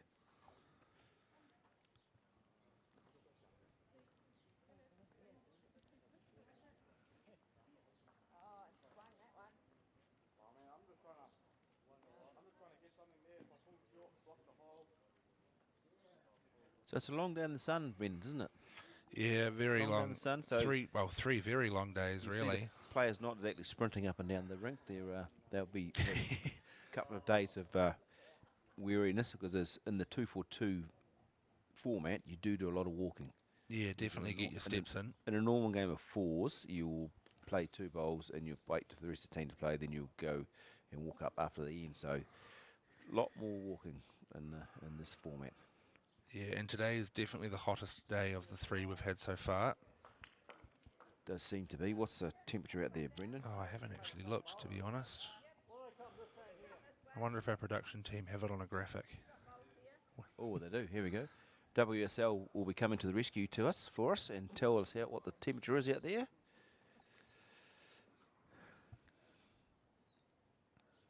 Alex is not quite. Oh, and this is Keiko. Sorry, not quite there. There we go. 22 degrees current temperature. 22 degrees. I'll tell you what, it's a lot warm upstairs. Yeah, we've got the aircon on going full noise and it still feels warmer than that. Hello, Mr. Hickland. Hello, Kevin Hickland's behind us. Our Bowls Auckland patron. Lovely to see you, sir.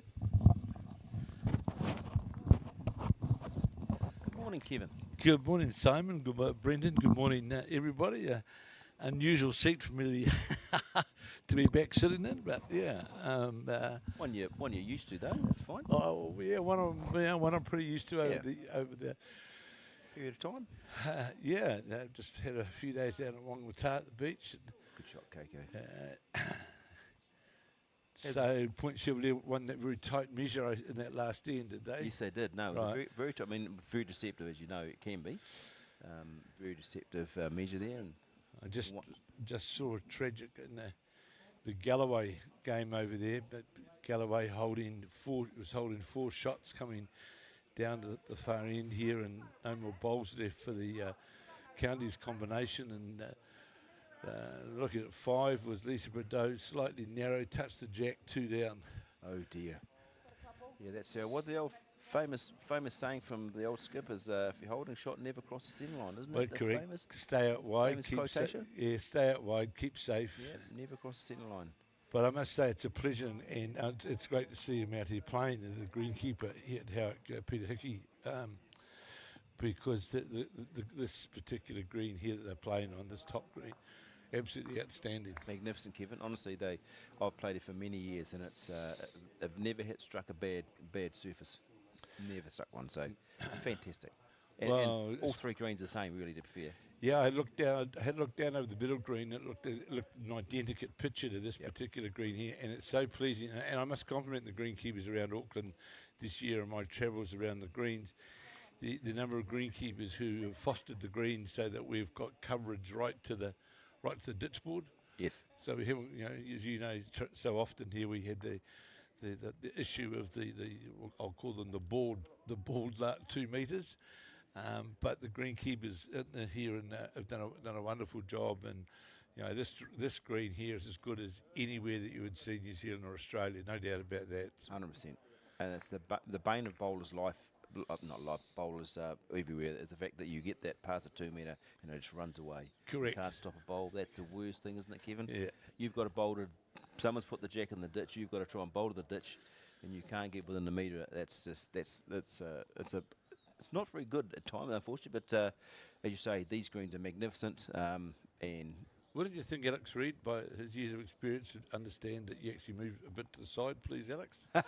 we did mention it before, actually. Brendan and I were saying that he walked up and he was standing right in front of the camera, and you think of all the people you think would know not to do that would be Alex. So Bowls Auckland got a new company doing the coverage. WSL, the lovely bunch of guys up here doing this for us, a fantastic bunch. Well, I think the coverage that I've seen is fantastic, and as patron of Bowls Auckland, I've got to compliment them on what's been presented, and long may it continue. Fantastic, absolutely, and I think donuts at lunchtime, they said, so that's good. I'm happy with that. Brendan especially will be happy with that for lunch. So, but no, it's good. It's great to have our great game out on TV in the mainstream and YouTube's, Kevin, isn't it? So, showing people how good this game is that we play. Certainly is. And this particular event, this Jarden's mixed pairs, it's great to see what I would call, by goodness, Alex, that was a bad look then, but it's great to see we've got such a good entry from, and the drive's very wide, but a good entry from our clubs of Auckland, North Harbour counties. So it's turning out to be, in the old days we used to have the Christmas fours. Yes. And now, of course, we've gone to this Jarden mixed pairs, and it's turning out to be a great event. Well, it's a good precursor to the pairs and singles up here in a week's time, isn't it? Absolutely. That's the thing. Irrespective of how you go, it's just about bowls on the green, isn't it? Getting you that bowls up.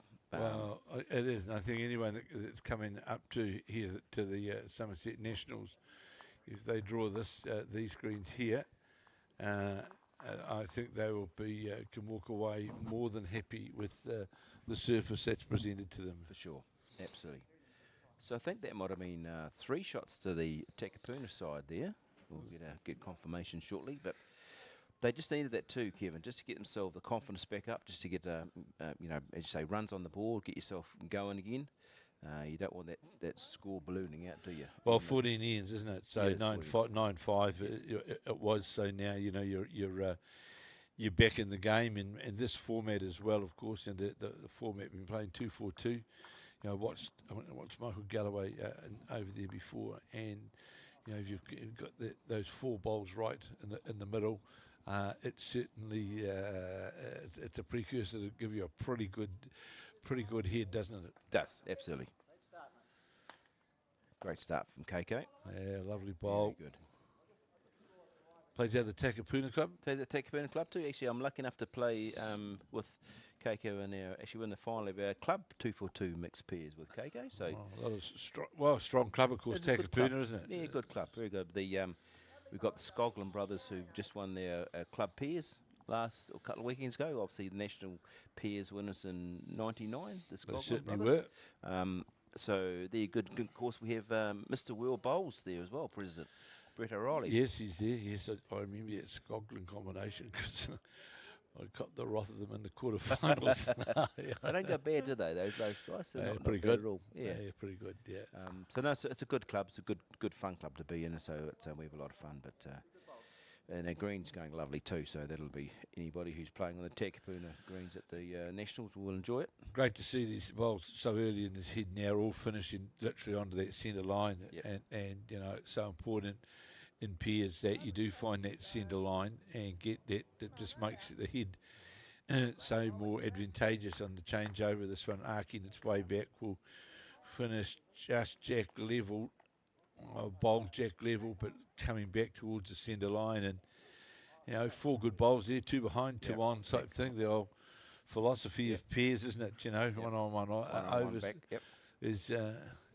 And also here at Howick, of course, for those who can see from the coverage, it's the grounds and surrounds here are absolutely idyllic. The view out, of course, out towards Waiheke, out towards the lovely sea view out in front of us down towards Waiheke.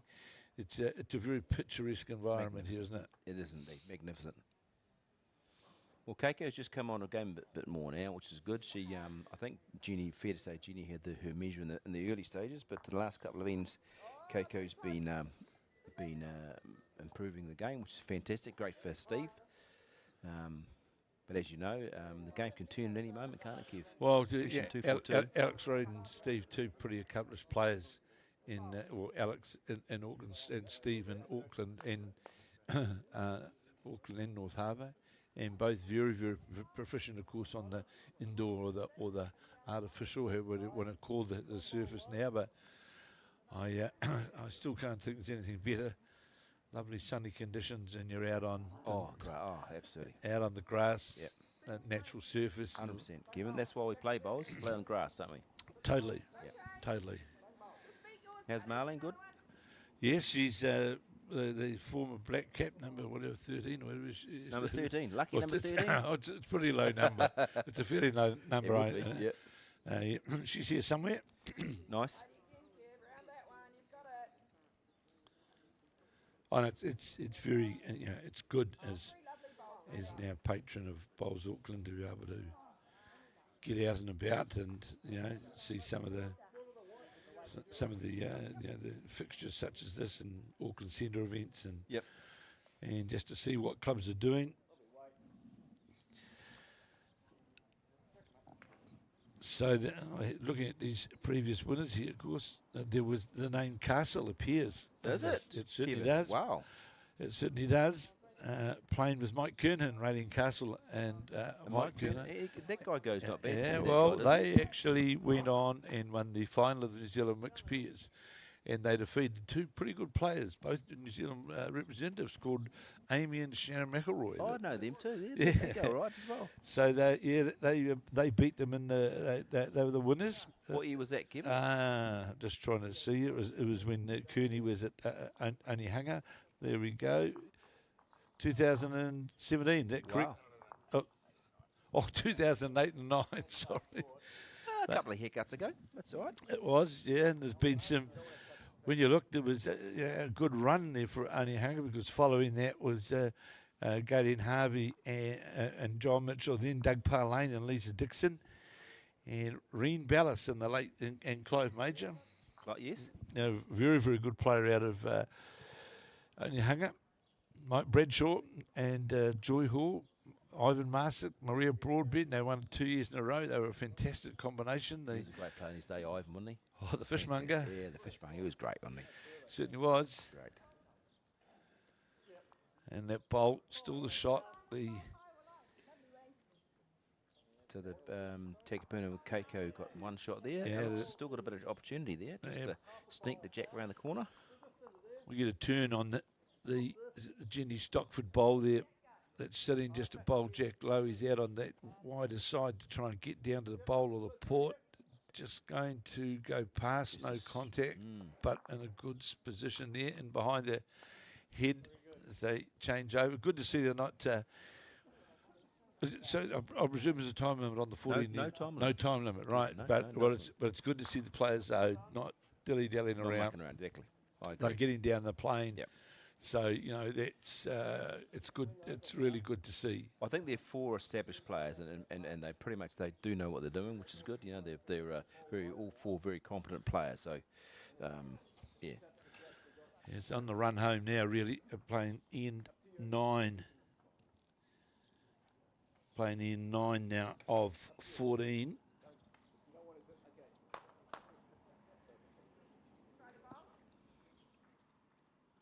But if what would you call it? Your lead there's got a bit of the, let's say, stamp delivery. It is. It's a bit unusual, fairly effective, but a bit yeah. I don't know whether that's coming from Japan, whether they run 12 seconds. They do, they're between 10 and 12. Yeah. So, I mean, she's done. Say she went back to Japan sort of late in the year and won both the Japanese singles and pairs. So that's a solid effort, isn't it? I just wonder here, Jenny Stockford playing this hand. Narrow. Playing, with that front bowl on the other hands. because there's a bit of jack movement there. If you look at the back of the head there, there's a colour bowl of Alex Reed's sitting there, one of Jenny Stockford's, and it's a challenging draw to get round. Well, it's just to get under the bowl to get to the jack. I suppose what she's looking for is trying to either sit the pink bowl round the corner or get the jack, I suppose, on the backhand. She's got two options, I suppose, but that's not... she's played one. She had to go... Well, this becomes a very important one now, doesn't it, for the Takapuna combination. Score 2 ends in a row, you only get to 9-6, 3 behind as you play 14. This is on a better line, this bowl. She might be going to go past the jack, is it? Get the slide. Holes for bowls, as they say. So 1 to Takapuna side again. So coming back, 6-9 after 9. So I'll pass you back to Mr. Brendan Walton. lovely to see you, Kevin, and thank you for being our patron. You're doing a great job, mate. Thank you indeed. Take care, mate.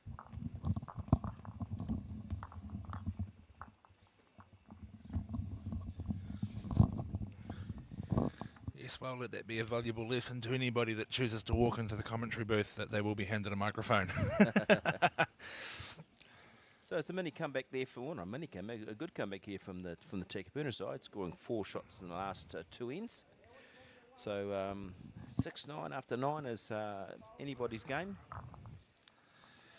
Yeah, well, they've certainly come back into it. You know, stepped out for a bit there, thanks to Kevin popping in. And, come back to see a very different scoreline. Did you bring food back? I brought a bottle of electrolyte. Well, they're good to me. I don't know if in this post-COVID age we're allowed to share drink bottles. I'm an athlete. I drink water. Well, I've got Musashi, so if any sponsors listening that want to... Well, there's no water sponsors, is there? I don't think. Oh, yeah, I don't know, but if we can chuck a Musashi logo up on screen, boys, that'd be much appreciated. Get that kind of sponsorship coming in. Alrighty, so we've gone fairly lengthy in again from the Takapuna side. They're pretty sure that mat will be pretty much bang on the 2 metre. Again, it's just off the 2 metre. Yeah, Takapuna definitely looking at that longer length. And Alex looks to be winning that lead battle still.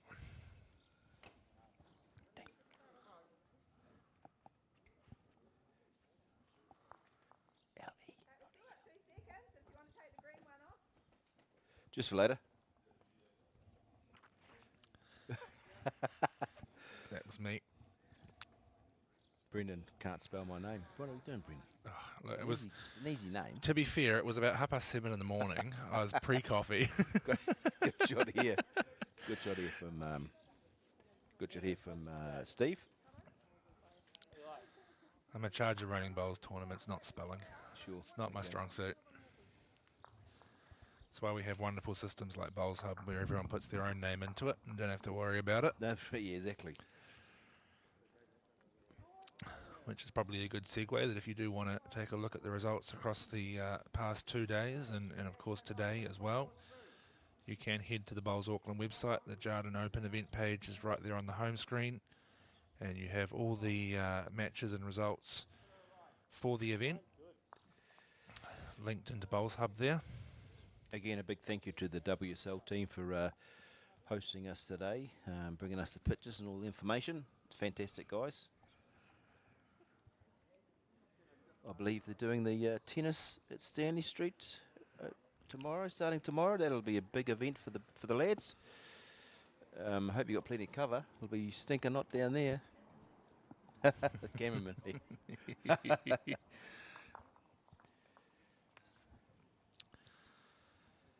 So, yep, 3-day format this year. Return to a 3-day format, but not the format that was run in the past. In the past, they ran smaller sections, the winners going through, and then basically as you lost your knockout rounds, you dropped down into flights. Right. Whereas this year we've done something a little bit different, keeps a few more people in the game for a bit longer. They played 5 rounds of section play in sections of 6 to 8, based on the number of entries we had. First place was first division, second place second division, third place third division, fourth place fourth division. They go into an elimination round against their neighbouring section, so 1 plays 2, 3 plays 4, etc. and then we were randomly drawn into the final 8. So that's how we've got to where we are today. Right. All So of these teams have played 6 rounds. So from here, winner goes home? Yeah, In winner section- goes home. Yeah, in all so sections? so there was a few disappointed people last night that won their sections after 5 rounds and then lost the first game, as you can imagine. But also we've got a pretty generous prize pool this year. So Jarden have really come to the party with us on that one. We've doubled our prize pool from last year, and we've got $1,500 up for grabs for the team that wins today, $750 each. Nice. $750 for second. I believe it's $300 or $350 for third place, and then I think it's $100 each if you get fourth equal. So even the losers in this round here in first division will get their entry fee back. So There we go. How efficient are these there we guys? go. That's These fantastic. guys are onto it. So yeah, pretty generous prize pool, and then of course that steps down throughout the different flights. They're playing for slightly smaller prize pools, but oh whoops. But yeah, so slightly different prize pools down in the lower divisions, Sure. but still very much a worthwhile payday if you're fortunate enough to win one. I think third and fourth division's worth $400 for the team, so you get 3 days of bowls and a bit of extra pocket money going into New Year's. So Yeah. yeah, Well, not bad here for, again, the Takapuna got the better of the head at the moment. Probably a couple of shots to the Takapuna side. this looks to be a better bowl from Jenny. Narrow, is she? Maybe? I just needs the weight to push past her short one. And probably Favourable second. rub. Yeah, could be. Definitely one still to Steve off with the yellow disc bowl. Having a look whether it's 2. No, you just put one finger up, I think. You should have to change. Probably don't want to be sitting the bowl of Jenny's up and over, so she have to change to the forehand. There's no real. We haven't discerned any different green sizes. Green. What's Brendan? No straightness. They're quite No, wide, no, both ends. very, very true green Yeah. here. Nice turning. Very good bowl. Well played.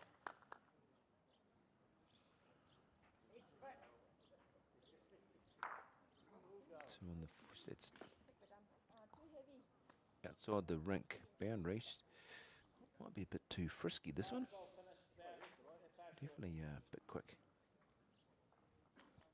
So Jenny on her forehand with the last one, just trying to correct that green. She had pretty decent weight with the last one, so just correction on the kakariki. She needs a rest on that pink bowl. Yep, good enough. So it definitely makes it, if even it was closer, definitely only one now to the Takapuna team on the turnover. Cool. Well, while the players cross over, we'll have a quick little check-in. 11-9 now to Linda Rolfe and Rob Ashton. 8-6 to Paul and Estelle Hickey. 8-3 now to Lee Warburton and Keitha Heta.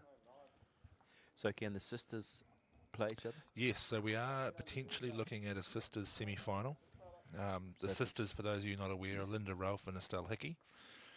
They're more than sisters, aren't they? No, just sisters. No, the twins, aren't No, just sisters. they? Are you sure? Yeah, no, positive. I've often thought that too, but Okay. no, Righto. they do look very similar, but no, they are just sisters. So nice line here from Steve, who might be, again, a smidgen quick, is he? Yeah. Oh, ends up in not a bad spot, but I think Alex is going to be drawing irrespective. Either going the bowl or drawing.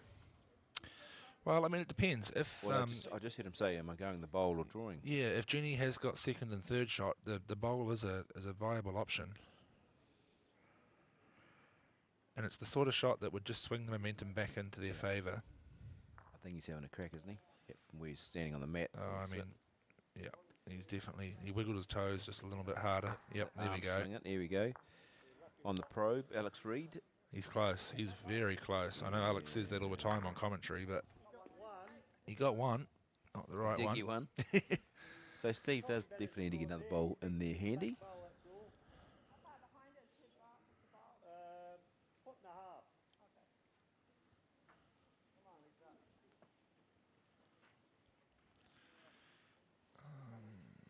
definitely out wide enough. She'll come home from there, but it depends on the weight. It's coming home. Coming home. It's another handy one, I think. Might even be second shot, but anyway, it's might change Alex's shot perhaps. Yeah, looks like she's going to be drawing in the. Is he? Hard to tell. He's moved to the middle of the mat, which means he's probably drawing.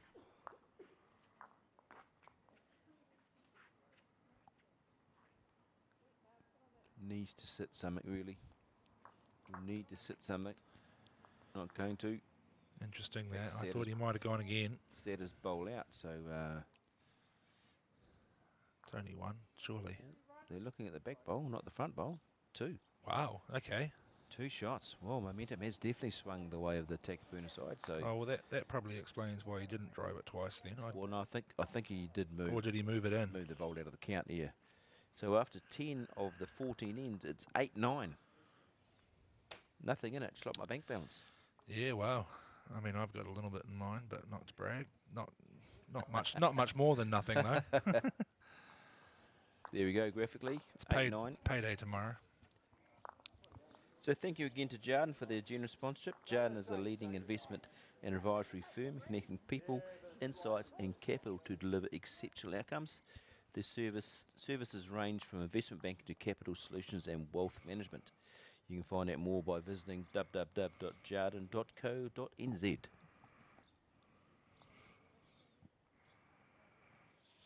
So again, Matt's up a little bit further than last end, but it's still they've thrown a longish end here. You can see the 2 rinks next to where we're viewing. Quite tight games, both those games next door, Brendan. Yeah. Yeah, no, very close games. Lovely start there. That's if you're playing to the 2 metre, if you get a bowl just past, that's a fantastic start. Cool. And just for those interested in some of the other sections, we're only going to be highlighting on broadcast the scores of the games that are playing on the A green, because obviously we've got quite a lot of games going on here. So as the lower tiered divisions dwindle down, they will make their way up to play on the A green in the finals. So as the day progresses, we will be able to give you some more score updates. But otherwise, at the end of each round, the scores will be updated in Bowls Hub. And then in the final, we'll have all 4 divisions playing on the A green. We'll feature the Division 1 final, of course, and we can provide updates for the other 4 finals also. And then, of course, we'll continue to give you updates from the Division 1 quarterfinals every sort of 10-15 minutes, because, of course, you know, these ends do take a little while, and the scores don't update every 5 seconds. Better bowl here from Ginny. Yeah, much better correction. Very nice shot. Yeah, well, the high 5 comes out. And that's a So it's side 5. Yeah, side 5. Just a nice subtle little side 5 there. That's what they call me in indoor, Subtle Simon. Subtle Simon. I don't know about subtle. I've known you for a few years now. I wouldn't call you subtle. Sure, come on, mate. So the boys striding to the head to play their 4 bowls in this end. Always like when you're playing 2 for 2 pairs when you get your 4 bowls in a row. It's great. You can correct if you play a shocker with your first one. You got 3 more bowls to play goodies. I just tend to find that if you don't play a shocker, Don't play shockers, or just don't play shockers. Yeah. all right. Each to their own, though. You do you. Yeah. I'm not a robot. I can't play the same bowl every time. No. Steve's not a bad line. He's just going to duck across, is he? He's Pretty handy though. probably just shy a foot too, actually, to be honest. Otherwise, not too much wrong with that delivery. So it's 8-all. You see 8-all in the background, 11-10 in the background, and 8-3 in the 4th. I think that's 8-3 to Lee Warburton. Yeah, that's 8-3 to Lee Warburton. I think our Upset Brewing. I think our runner here has got the scorer in the wrong way. We've got a runner. Yeah, we do. One each side.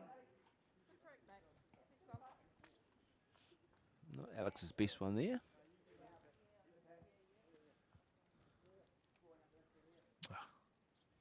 Look, it must be hot there because Didn't quite Rob work. Ashley's got a hat on. Yes. It must be. Yeah, because no, Rob but the is sun must be beaming. not renowned for wearing a hat at any stage. Steve Hoeft again, a good line, just not quite there, which also just probably gets in his own way a little bit. But if he's going to play a bit more weighted shot, Alex on the forehand, certainly hoping to improve from his first one, which I'm sure he will. Just one fly somewhere. Here comes late. Here she hooks late. Very good bowl. Look at this coming Very in. good shot there. That's a great shot. Very good shot. You won't be surprised to see Steve change his hand onto the backhand. Yep, there you go. I'm going to probe up there. Looking to Yes, you probe. certainly are.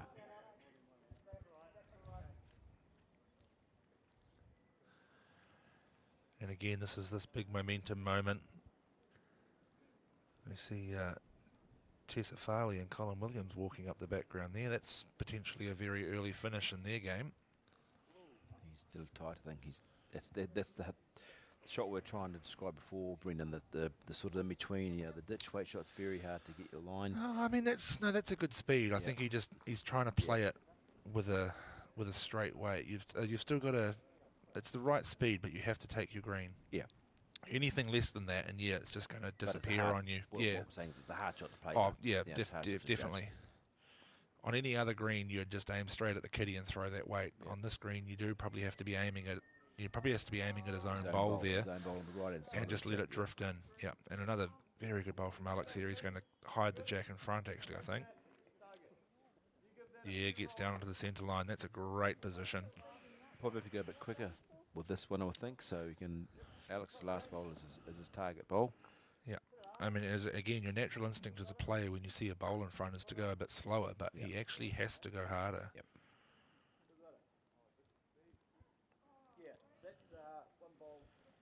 As we see some of our other commercial partners for Bowls Auckland flash up on screen there, Mulcheck.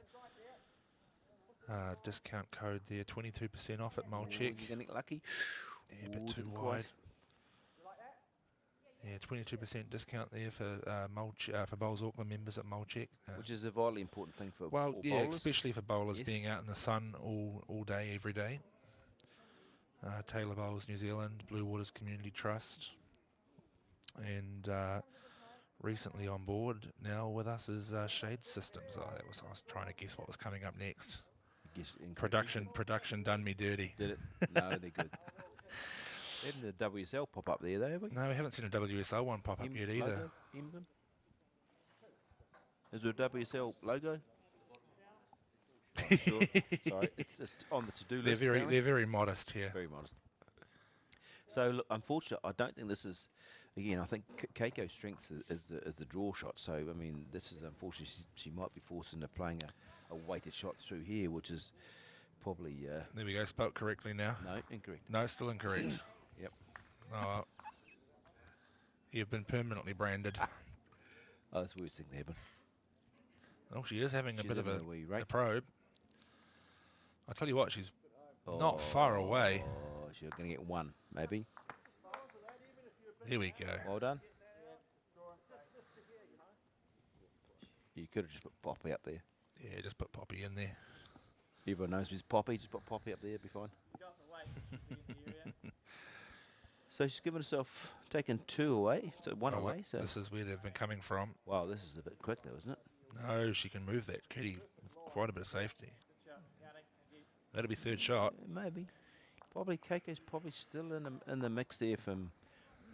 I still similar think shot. I still think she's playing the same shot. She can get on to Alex's bowl there at 9 o'clock. Sit Steve's up. Slice the kitty out to her own at the back, anywhere out to sort of kitty out to say sort of 4 o'clock is probably a good shout. Steve just said wait similar to the Yep. last one, just Yep. get in there somewhere. No, I like that. And the good thing about what Keiko played the last time is she actually played, good, strong, positive weight. It wasn't that kind of in-between stuff, and she's played the right weight again. She's just missed her line here this time. Okay, so this could be the momentum swing that the Point Chev team were looking for. So possibly two, definitely two, Well, possibly three. I think they're holding 3. And if she gets this bowl out on the right line again, it's a pretty comfortable 4. Yeah, in the right areas. Look at this. Might be that boundary stroke again. Oh, no, she's not. Oh, she's short. I don't know what. I didn't see what Alex said there. No, I didn't see a signal either. We'll just wait for our... Wait. Wait for the board. yeah, and there's 3 to purple. Purple. Purple. So 12-8 now after 11, 3 to go. 12-8. So this is probably the end where the Takapuna team need to score. And I think we can confirm that we did have that score around the wrong way with Galloway and Prideaux versus Warburton and Header. So our defending champions Galloway and Prideaux are now leading 10-3 after 11.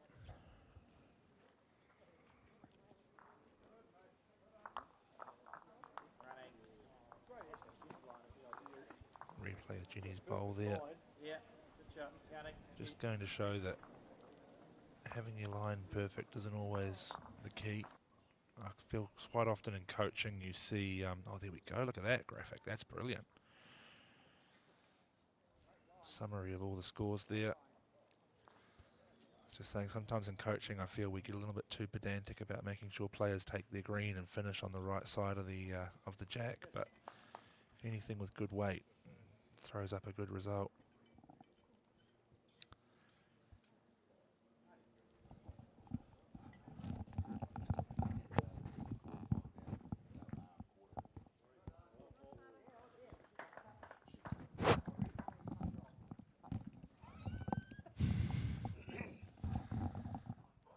So good weight there from Alex with his opening delivery, just missing his line.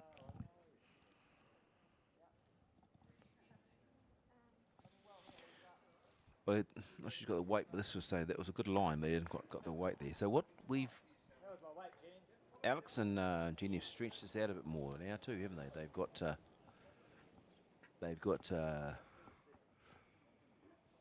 bit of a longer end. So these are the quarterfinals after 10 ends. So point Chev over Takapuna 12-8. Carlton Cornwall, very close match, 11-10. That's Kevin Dixon playing Rob Ashton. And in the 8-all, St Heliers and Carlton Cornwall.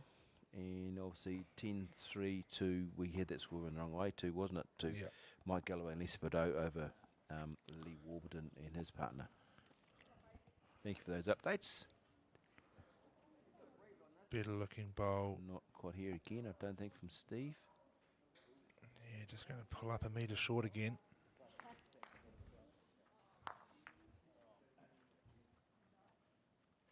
So again, after the Leeds 2 bowls, you think that the point Chev have got the better of this because they've got bowls over the head.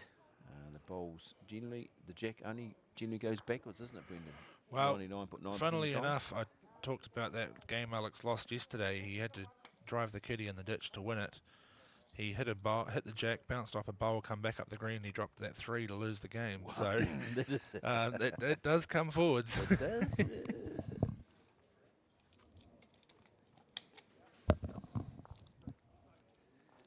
Couldn't have played the shot any better. Just got the most unfortunate result. Right. Yeah, Jenny's really putting bowls in good areas now. Just getting them out there on that wide line. You can just see the faint yellow lines on the green. Just putting them outside the rink and letting the bowls drift back in. So Keiko sticking to the back end. The bowls of Steve are definitely not in her way if she's round up, but she's not, unfortunately. So that's 3 short ones, so that's not ideal so far from that probably wasn't a from bad the speed. Takapuna side. Probably a little bit shy still, but you know, you say basically they're playing these first 2 bowls are the 2 in a game of 4s, aren't they? So with your 2s in your game of 4s, you need to be at least 1 over the head if you're trying to build a head. Oh, look at this! This is pretty to watch. Still a bit narrow. It's going to hang on for the shots anyway. Oh, that's not narrow. That's a good bowl. It's not narrow. No, that's a good bowl. Pretty sure it's narrow. No, it's a good bowl. It's a good bowl, but it's still narrow. No, it's in the head. Keiko persisting with the backhand. Would have thought the forehand would be open for her, and then she got her own ball in the running, but she's better here. She seems to find comfort, I think, in having something to play to. Bowls 3 on, so she cut it down to 1, so pretty good result. Again, all the bowls over the head of the point sheave bowls at this stage.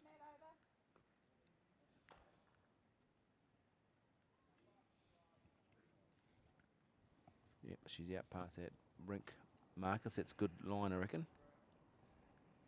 Here it comes late. The XGs. Good shot here. Good shot. Narrow that one, Bobby? It is, but Yeah? it's a very Yeah. good bowl. Right, But okay, it's cool. still narrow. Yep. If you're going to be actually, specific.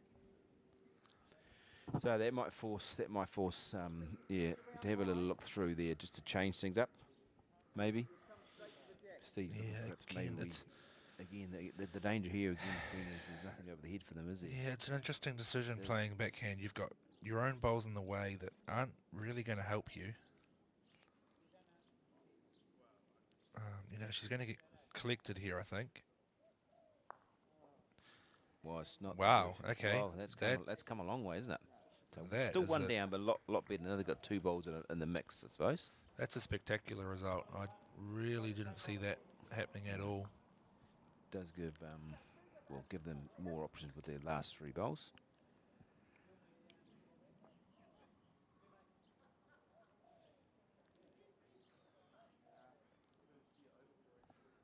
She's out past the yellow line this time. Yeah, so didn't want to be called narrow for the fourth time. no. And she isn't. This is a good spot there. Yeah, it's actually a really good Yeah, spot it is a because good if spot. they're going to persist on that little backhand probe, that's where the jack's going to move to. Again, I mean, and visually, Keiko on the mat would be thinking that bowler Steve is right in her line, isn't it? Right Yep. in her line.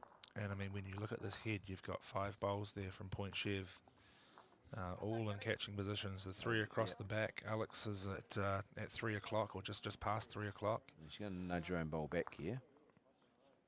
Yeah, So that's again good and, not good all and bad. good and bad. So it's not too bad. I mean, if Hoeft wanted to be brave now, he could try to drive those 2 green bowls of Jenny Stockford's. You'd go forehand, though, wouldn't you? Yeah, on the forehand. Yeah, underneath the pink on the forehand. You think if you're getting some sort of movement on the pink one, and you're extremely lucky to chip it out clean without your bowl doing some damage, wouldn't you? Yeah, and that's I guess the beauty of playing on the forehand because you're underneath the pink. If you do get the shot bowl, you're swinging away. You're going to take the 2 green bowls with you, and then just hope. So your Hope and pray that the 4th shot there. Or your ball gets onto the jack. Yeah, or you get onto the jack, of course. Yeah. Yeah, those are 4 really good bowls from Jenny. Actually, they were very good. Again, it's about building that head, isn't it? Really getting bowls in the mix, so you don't drop a number, and you give yourself a chance to score. So.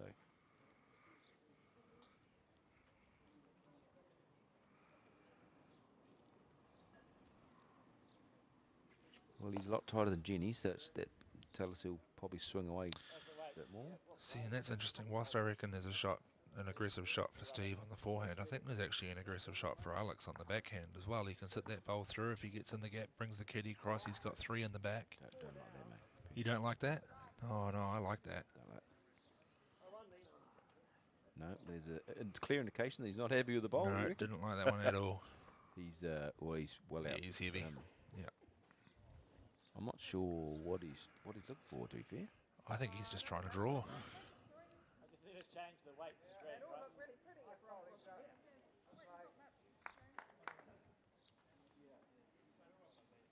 So Alex Reid on the draw forehand.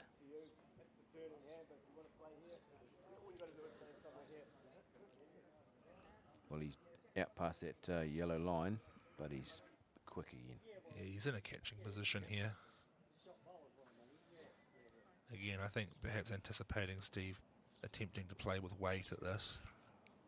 But Don't think he is, though, does he? no, it doesn't appear to be. No, just looking, probably he'll be not happy with one down, but I mean, probably the risks of doing 2 forceful. Looks on a Maybe. pretty good line. I don't think he's got the speed. Doesn't look like the way the knees went. No.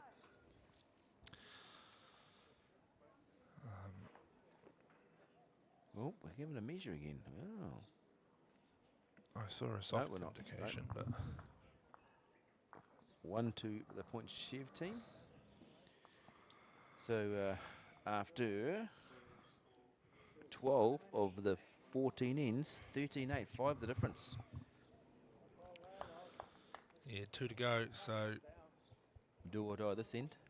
if this was a normal peers game, that score would start to be looking a little bit dangerous. But of course, 8 bowls, 8 points on offer here in the 2-4-2 format. However, you do sort of think that, given the context of the game, the Takapuna side would really be wanting at least 3 here, just to give themselves a chance. 2 threes to win. Yes. Scoring 2 in this end, I think, with Takapuna just puts a little bit too much pressure on. There you go. There's some updates for us from the remaining quarterfinals. So pretty tight all round, really. I suppose the only one with a bigger gap than this game is, well, same gap is the Mike Galloway playing Lee Warburton, 10-5 with 3 to go. Very tight, obviously all square with 5 to go. 4 to go, sorry, in the Howick game. Yeah, very different conditions to last year as well. We had a rain-affected tournament last year. We ended up playing the finals undercover at Remuera, and Lisa Prideaux was just the absolute epitome of consistency on the draw. I believe they won that game like 16-4 or something. It was an absolute one-sided affair. Yep. Yeah, Lisa just too consistent, and then of course we all know how consistent Mark Galloway is as well. Yes. It was certainly a masterclass. Ooh, that's probably one of Keiko's worst, unfortunately, but she's got the shot for Steve. And they've come through with a pretty good track record this week as well, as Mike and Lisa. And just in the background there I hear Lee shouting out for the jack, and I did see out the window that he has put the jack in the ditch. No, he's actually killed it, sorry. So they'll be restarting that end as our players cross over, and the boys will play their 4 bowls.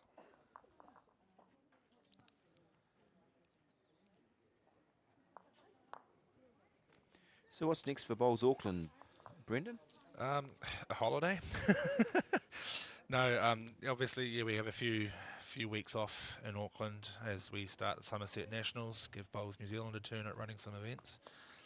And then coming back out of that, we start off with Bowls 3-5 in the first week of February, which is our open pathway event.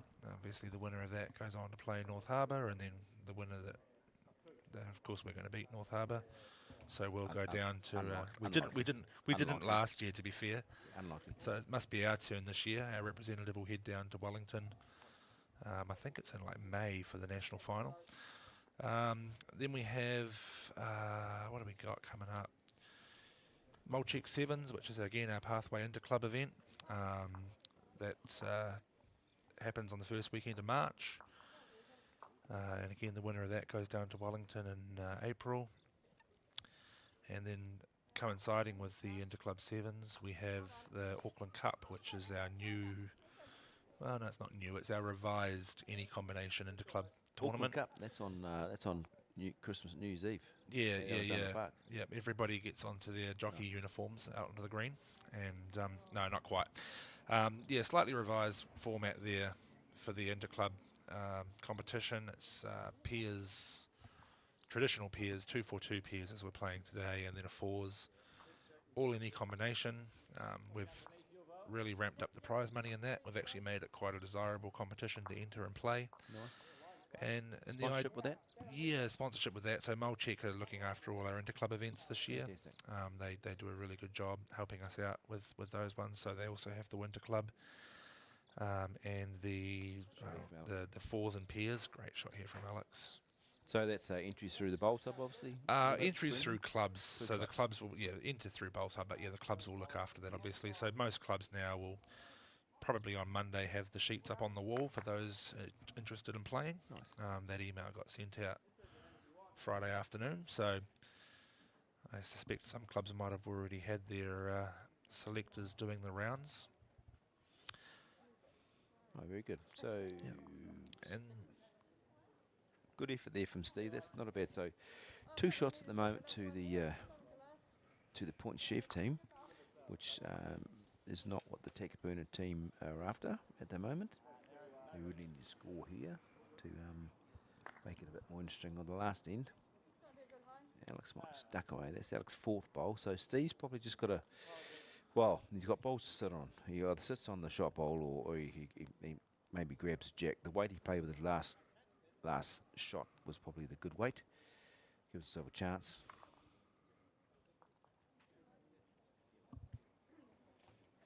Yeah, looks not bad. It's just a bit weighty probably just a bit weighty. Won't turn so much. Stays on the island to be handy. Right, so Keiko's got to create maybe a couple out of here somewhere, Brendan.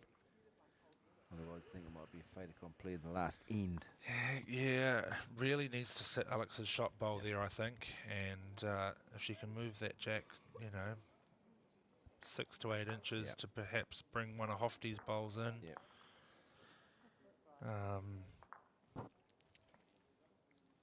Yeah, you don't really want to be 6 or 7 down going into the last end. Whilst not mathematically impossible, given the way the game's gone, I think they probably would just shake hands. So a couple of telling bowls coming up now from Keiko. Pretty fair line here from Jenny. Yeah, that's right where it needs to be, isn't it? Look at that. Great shot. And again, that just blocks your eyesight from you. As a bowler, you'd like to see the jack, don't you? You'd like to see what you're aiming at. Yeah, so it definitely helps. So Hoefty's come onto the head there, I'm guessing, because... No, I think next door was playing. Oh, next door, sorry. Oh, yep. You don't get much out of Keiko's body language. You know from Steve's straight away. But this is on a good line if she's got the speed. Just a little tight. No, I think she just needed another yard of weight. That was a beautiful line. Right, so big last bowls from the Point Chev and Takapuna ladies here. Keiko's last bowl would be second shot, I think, too. So it does cut it down to 1, but again, big ask to score 6.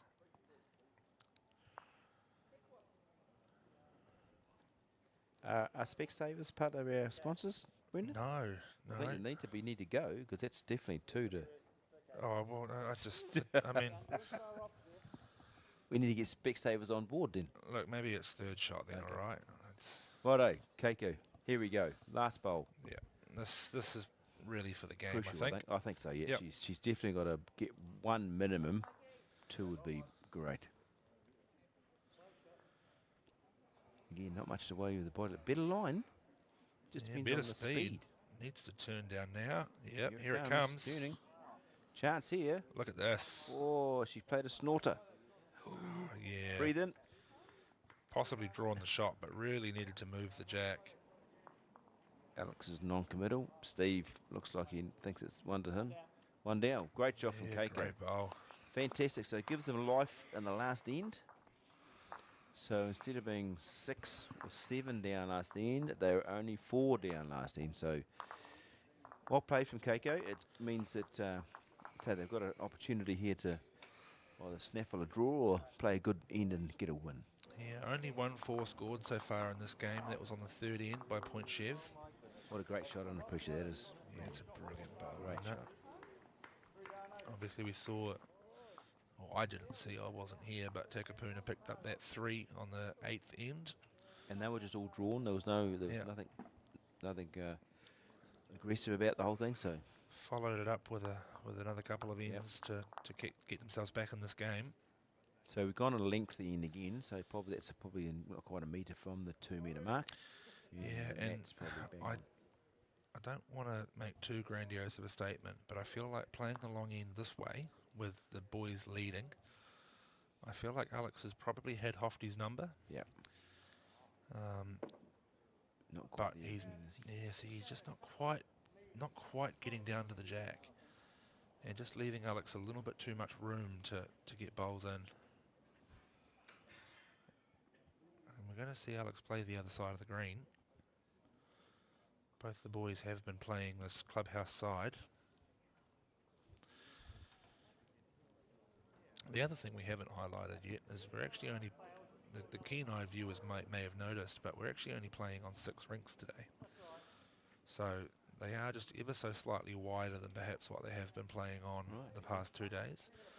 But also it does mean that you've got a lot of real estate out there to the ditch, so we don't get this whole ditch hand TV rink discussion. So Not a true bankhand. yeah, it's not really a bankhand. I think it's technically rink 2.5. So what we mean by that for the viewers is the fact that sometimes you get a bankhand where you get too wide and they just don't come back in, they just don't turn, or can play a bit funny. Yeah, we definitely had a situation, I think we were playing a favourable direction on Friday, but out at East Tamaki a couple of weeks ago in the centre piers, we had a bit of a situation where it was so windy that the bankhand was actually unplayable because you couldn't take enough green to play it. So Jenny's interested in this one. We can't quite see the trajectory, or just it's going to run through to a good home. Yep. Well, it's still 2 to Steve though. Yeah. So although it's very interesting. Do opportunities. you know that it's only 600 mil from the edge of the ditch to the first boundary peg? Of course I knew that. No idea. Yeah, I knew you did. So, you know, when you think about it in context, 600 mil is not very far. What's that in inches? Oh, God, I don't know. 24? You know I'm old, mate. Come on. Well, 600 mils, 2 30-centimetre rulers, so that's 2 feet. So that's, what, 24 inches? Well done. Yeah. Not bad for a young fella, eh? Wow, you're middle age, aren't you? Not young. Oh, So much. almost 30. I'm almost 30. I'm not yet 30. All my kids are older than you, so. I'm hanging on to that almost. Aha. Righto, Keiko. She needs to get a couple of goodies here to keep the dream alive. She's not going to quite get here, is she? No. Right, well, Jenny's been going pretty good on the forehand hand this way. So you'd expect her to get a couple close here, I would have thought.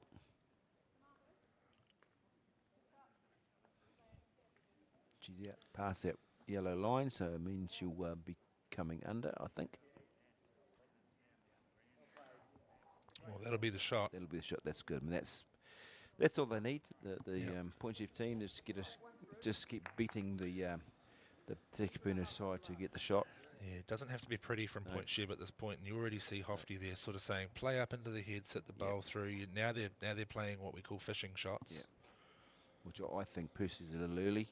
Yeah. Because you've got a lot of bowls still to come. You need to be, and she's actually played a draw shot, to be fair. Yeah, and this is sort of what happens when you start playing that fishing intent, is you have a lot of bowls finish narrow under the head. I mean, again, that's sort of just on the borderline of too narrow, but if Jenny's bowl wasn't there, it would be a counter, of course. So. Right, well, she's definitely under. She's under that line. She's got a bit more speed this time, though. She gets a jack. Oh, she gets. Oh, I think if she gets the jack, it's game over. It is. So same idea. I mean, again, as Hoefty said, you made your bed, you got to lie in it. So you've got to try and either sit that bowl through, or sit one of your bowls up, don't you? Yeah, I actually wouldn't be surprised if that last bowl of Jenny's a second shot as well. Well, this could better be from Keiko. I don't know. She wants turn the jack, Hoefty up. She doesn't want the jack. Okay, well, again, little options. You know, you've probably changing your Actually, that's probably the shot for Keiko now, trying to sit a bit more weight, probably. Trying to play that, as we have mentioned, a tricky shot of probably a couple of feet. And I think the other thing that Hoefty will be considering is if he's got to actually kill this. His bowl is now on the centre line, and that bowl of Jenny's, actually, no, it's not going to be in the way, it's just ducked in front. But, yeah, trying to score a 4 here, it's starting to look a little, I don't know, 4 for a draw, yeah. He's wanting to get to that bowl. Yeah, well, if he can sit it out, he gives himself opportunities, but you're really trying to make something out of nothing with this head. And you see the breeze in the background just got a bit more with the hedges and the trees. Yeah, and it's actually changed direction too a little bit. I'm just looking at the windsock out the window. It sort of seems to be going a bit more. Well, that's unfortunately probably a wasted bowl, really, isn't it? Yeah, I think so. You probably should have been, I think, personally trying to be sitting on the forehand, trying to sit the shot bow through, give yourself a chance of getting a 4. So what's Hofty got here? He's got your 2 bowls out on the left of the centre line. And then you've got Keiko at the back. There's another pink bowl in amongst the 3 green. Oh, no, that's the yellow disc bowl there in that pack as well. So forehand underneath his own bowl and trying to sit Jenny's bowl out twice. Yeah. Which would probably sit him with 4, wouldn't it? Yeah, so I think the shot bowl there at 1 o'clock or 2 o'clock is you sit that out and then you see where you're at. I mean, it doesn't have to go far, I don't think. It just has to go probably, a couple of rolls. Yeah. That. I mean, again, as you said, you probably can't see the kill. He's got to try the first one. He's got to try to give himself an option first. Yeah, I mean, given that our camera is sort of slightly off the centre line, and you can see the centre line to the right of Hofty's bowl, there probably is a good little. You'd see enough of the jack to kill it, but it won't be the most inviting shot with Jenny's bowl in front. I think it's. I don't think that's really Hofty's shot. I mean, he's more like playing a bit of a. Yeah, and he hasn't. 3 feet over. Yeah, he's not got that super quick drive, so.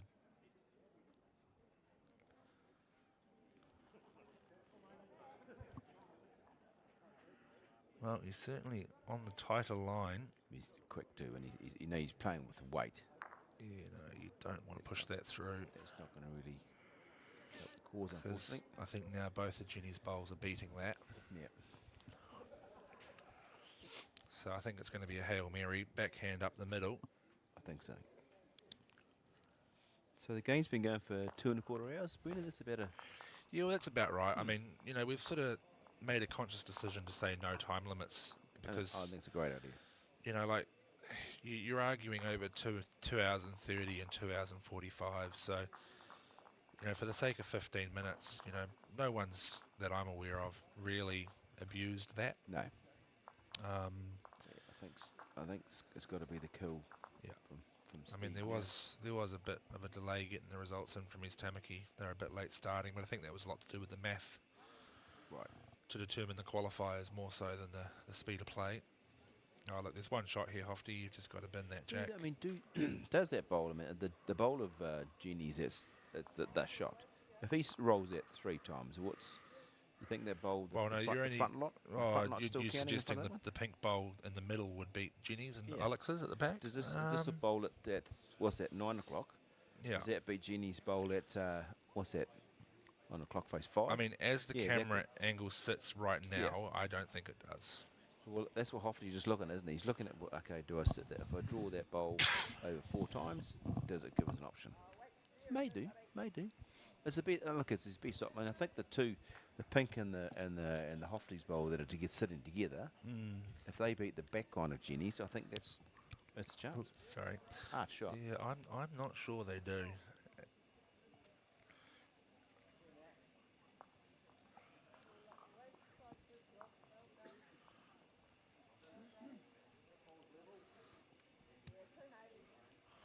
I mean, I look at that head now and I wonder if Hofty's actually got the shot, but... Well, one doesn't matter. One. Yeah, it's one either way, but... I mean, again, he doesn't need to be huge. He just needs to be on target, doesn't he? Just needs to be getting to the bowl. Well, he's showing a bit of interest. He's watching it. Bit wide, unfortunately. Going yeah. Busy. Good effort. Bit too quick. That's a win game. for the Point Chev team. They will progress through the semi-final of the Division 1 main event. And that's end of the day for, unfortunately, the Steve Hoeft and Keiko Kurohara from the Takapuna side. We will be back. We won't be back. We're going to a... We'll just give a quick update on some of the other games before we do head off. So, and we'll just wait to confirm the final score as well. So just quickly, as we go across, 14 all now on Rink 2. Wow, it's a great game. Linda Ralph and Rob Ashton playing Kevin Dixon, Leslie McClendon. They've played 12 ends. Paul and Estelle Hickey currently leading 10-8 over Jane Field and Dean Edge. And Lee Warburton and Keitha Heta having a bit of a comeback now, but still trailing 10 shots to 8 over last year's defending champions in Mike Galloway and Lisa Prideaux. That's a good Yeah, game, it's turning 10-8, into a 10-8, really good game there. That's a Just hoping to get that final score for you from the players. one. Looks like one. So 14-9, I think, by the looks of it. 14-9 is what has come through in our ears. There we go. So 14-9 to Alex Reid and Jenny Stockford of the Point Chevalier Bowling Club. They will progress through to the semi-finals. We will be back here at... No. No. Oh, well, the script doesn't have it. There we go.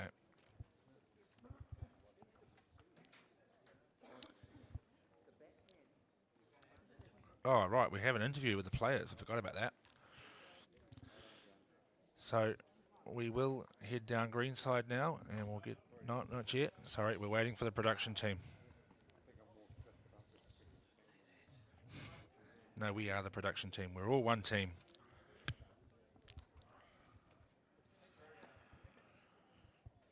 Cool. So we'll throw down ringside, and we'll have a word from our players.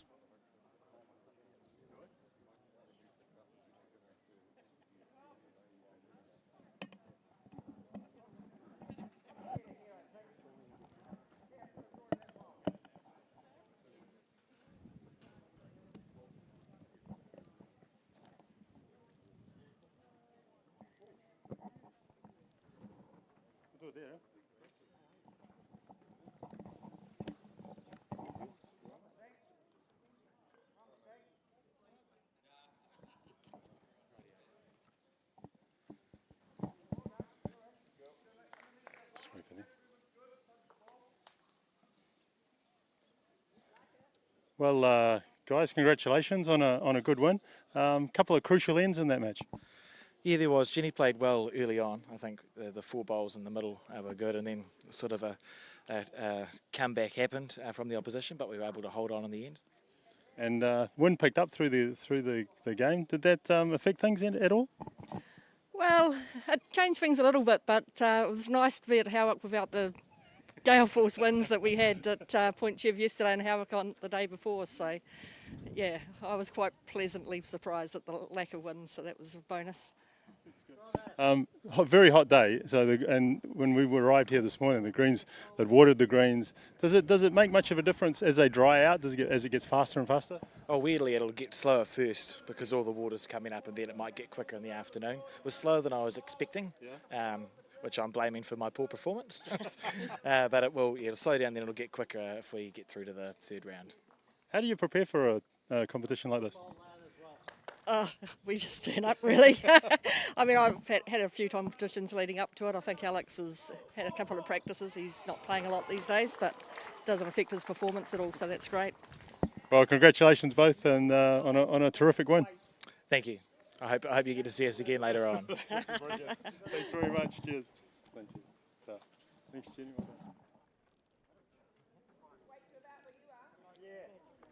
All right, so we'll have a quick look through the scores as they stand right now. Of course, they're on the TV rink. The final score, Alex Reid and Jenny Stockford of Point Chevalier defeating Steve Hoeft and Keiko of Takapuna. 14-9. After 11 ends, we have 14 all between the Carlton Cornwall and Royal Oak sides. 10-8, Estelle and Paul Hickey lead Jane Field and Dean Edge after 11 ends. And then I think just having another kill down there. Mike Galloway and Lisa Prideaux are still hanging on to what is now a narrow advantage over Lee and Keitha from Homai Bowling Club. We will be back at 12 o'clock with the semi-final action. As you can see, it could be anybody, so make sure to tune in at 12. From me, Brendan, and Simon, we'll see you then. Who you are never really changes.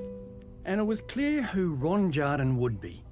The Jardens, from Lower Hutt, were an average family who refused to be average. His mum was one of the best croquet players in the world, and his dad drove the fastest horse of the day.